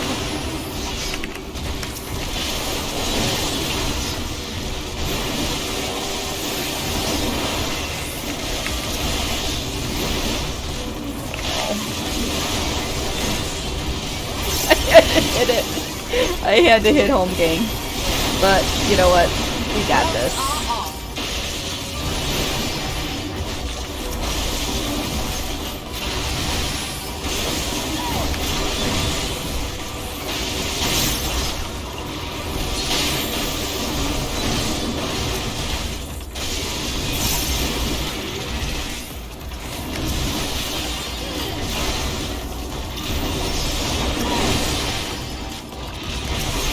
Alright, see, that was a close one right there, but we pulled it off. We got this.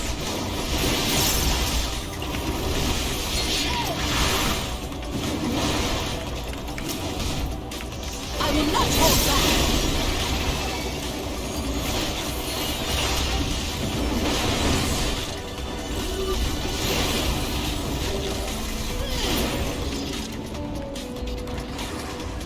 Oh.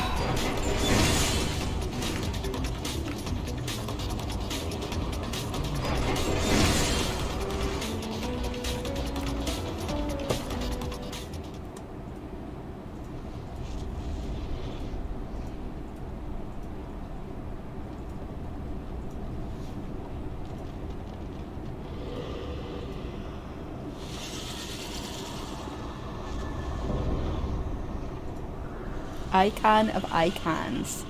Anima.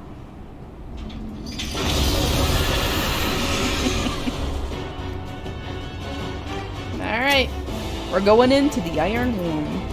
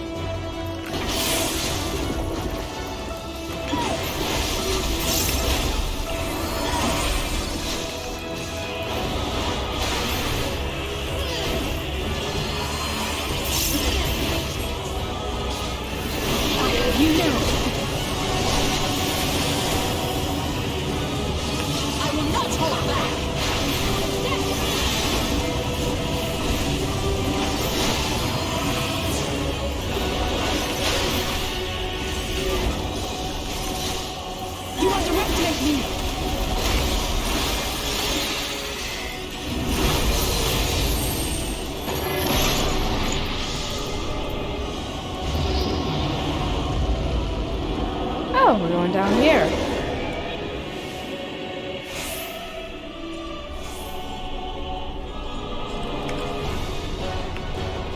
You cannot stop us!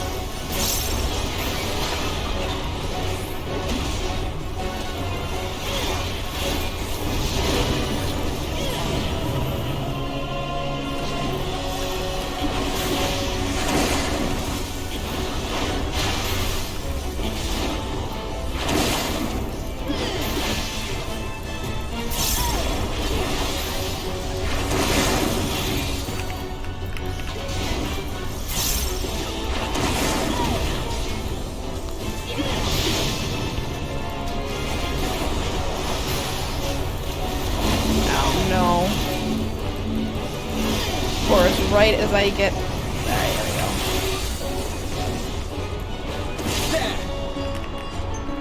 Oh no, this is crap. No, run. Okay. Just as I hit my cooldown, too. Always just as you hit the cooldown.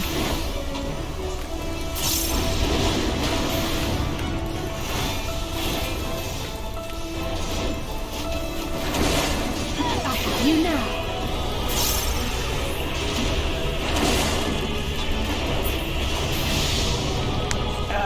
Now he throws his temper tantrum.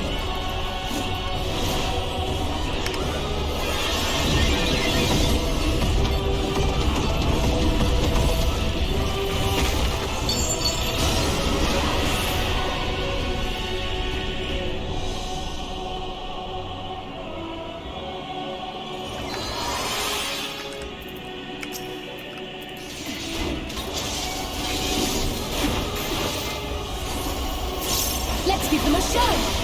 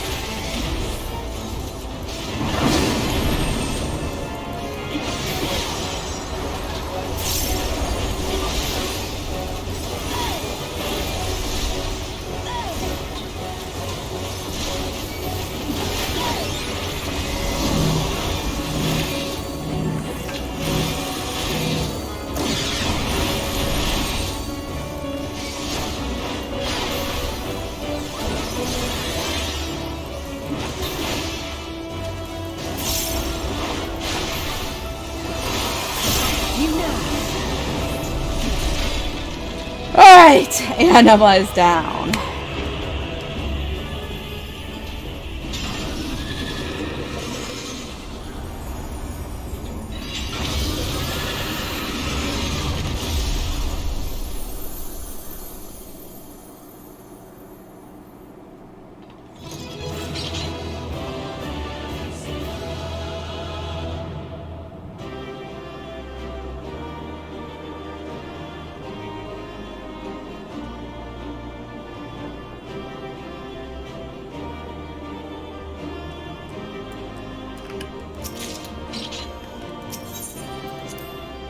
Alright.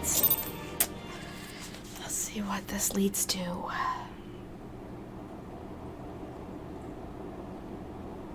Farewell, Varus.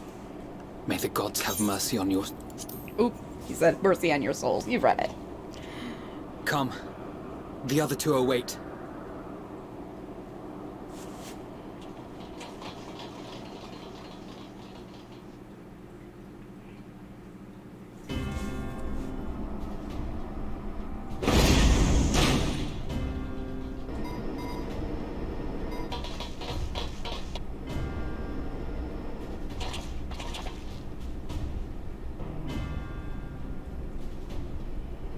This madness ends here! Oh, hush. This is the best part. Enough!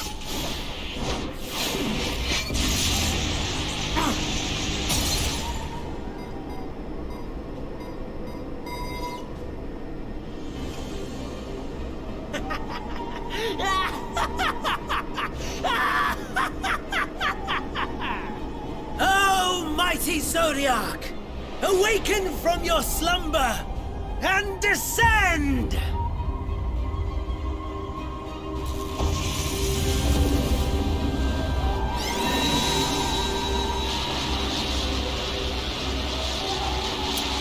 Some manner of magical defense? Yes. Oh.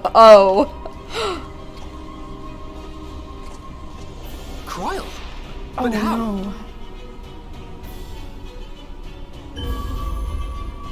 Idling. The shackles that bind my adversary will not be so easily broken. Heidelin! Feeble relic of a forgotten age! Hark! Victory is mine!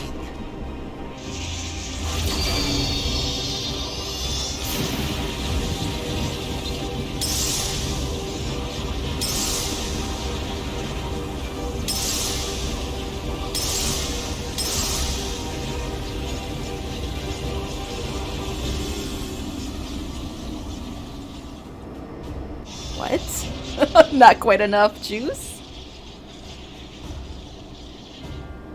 No more ether.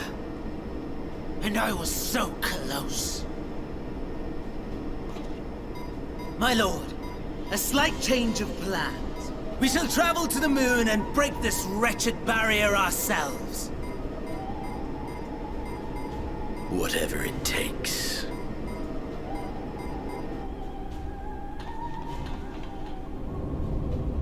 What was that?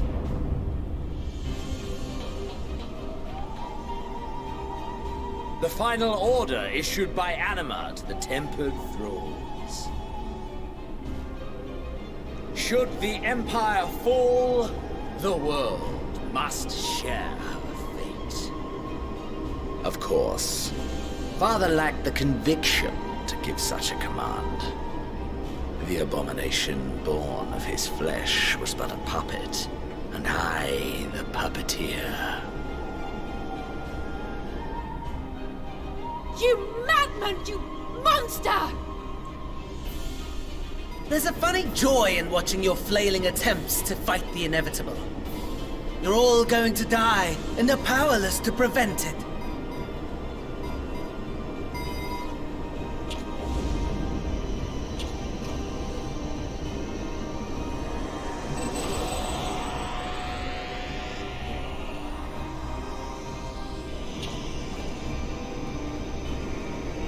We really must be on our way. You're welcome to give chase, provided you are content to leave comrade and tempered alike to die screaming. I hate him so much. I do. Almost as much as I hate Xenos. Well, looks like we need to give chase.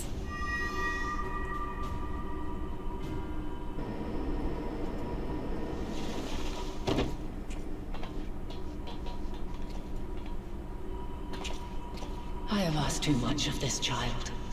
Tend to her.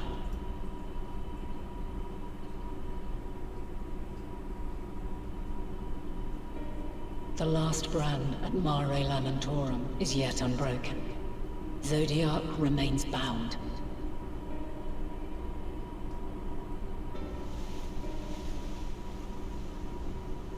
I have shifted the flow of ether and sent the enemy far from their destination.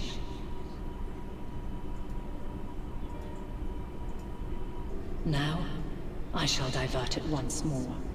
An ally awaits, and I will deliver you unto him.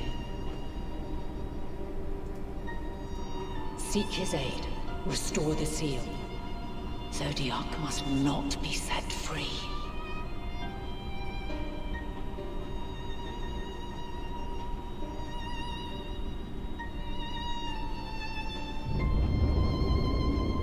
The Tempered are running wild. Not only those at the tower, but those back at the camp. The others are doing their best to contain them, but the situation is growing beyond our control. Leave them to die or give up the chase. Just like Van Daniel said.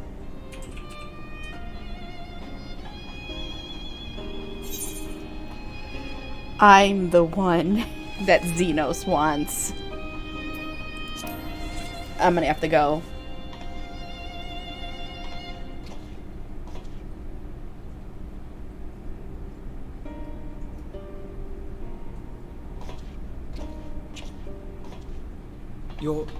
You're going alone?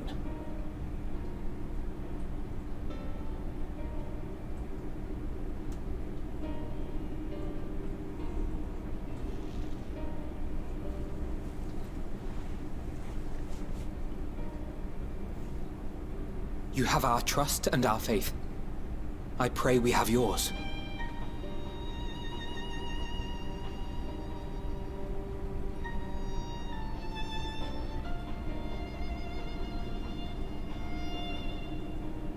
Our friends in the Tempered need our help.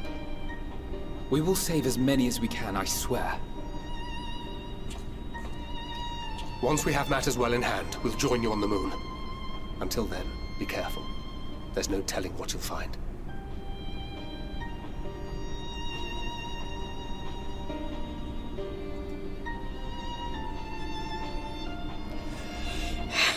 To the moon! We're going to the moon. Alright, let's finish this quest, so then I gotta go. If all the tempered are affected, Eulis and his comrades likely put up quite the struggle. We'll find a way to save them. We must. I only pray we are not too late. In the meantime, may the 12 carry you to victory. I don't know, maybe I don't know, maybe. There might be oxygen up there. Who knows? Only one way to find out.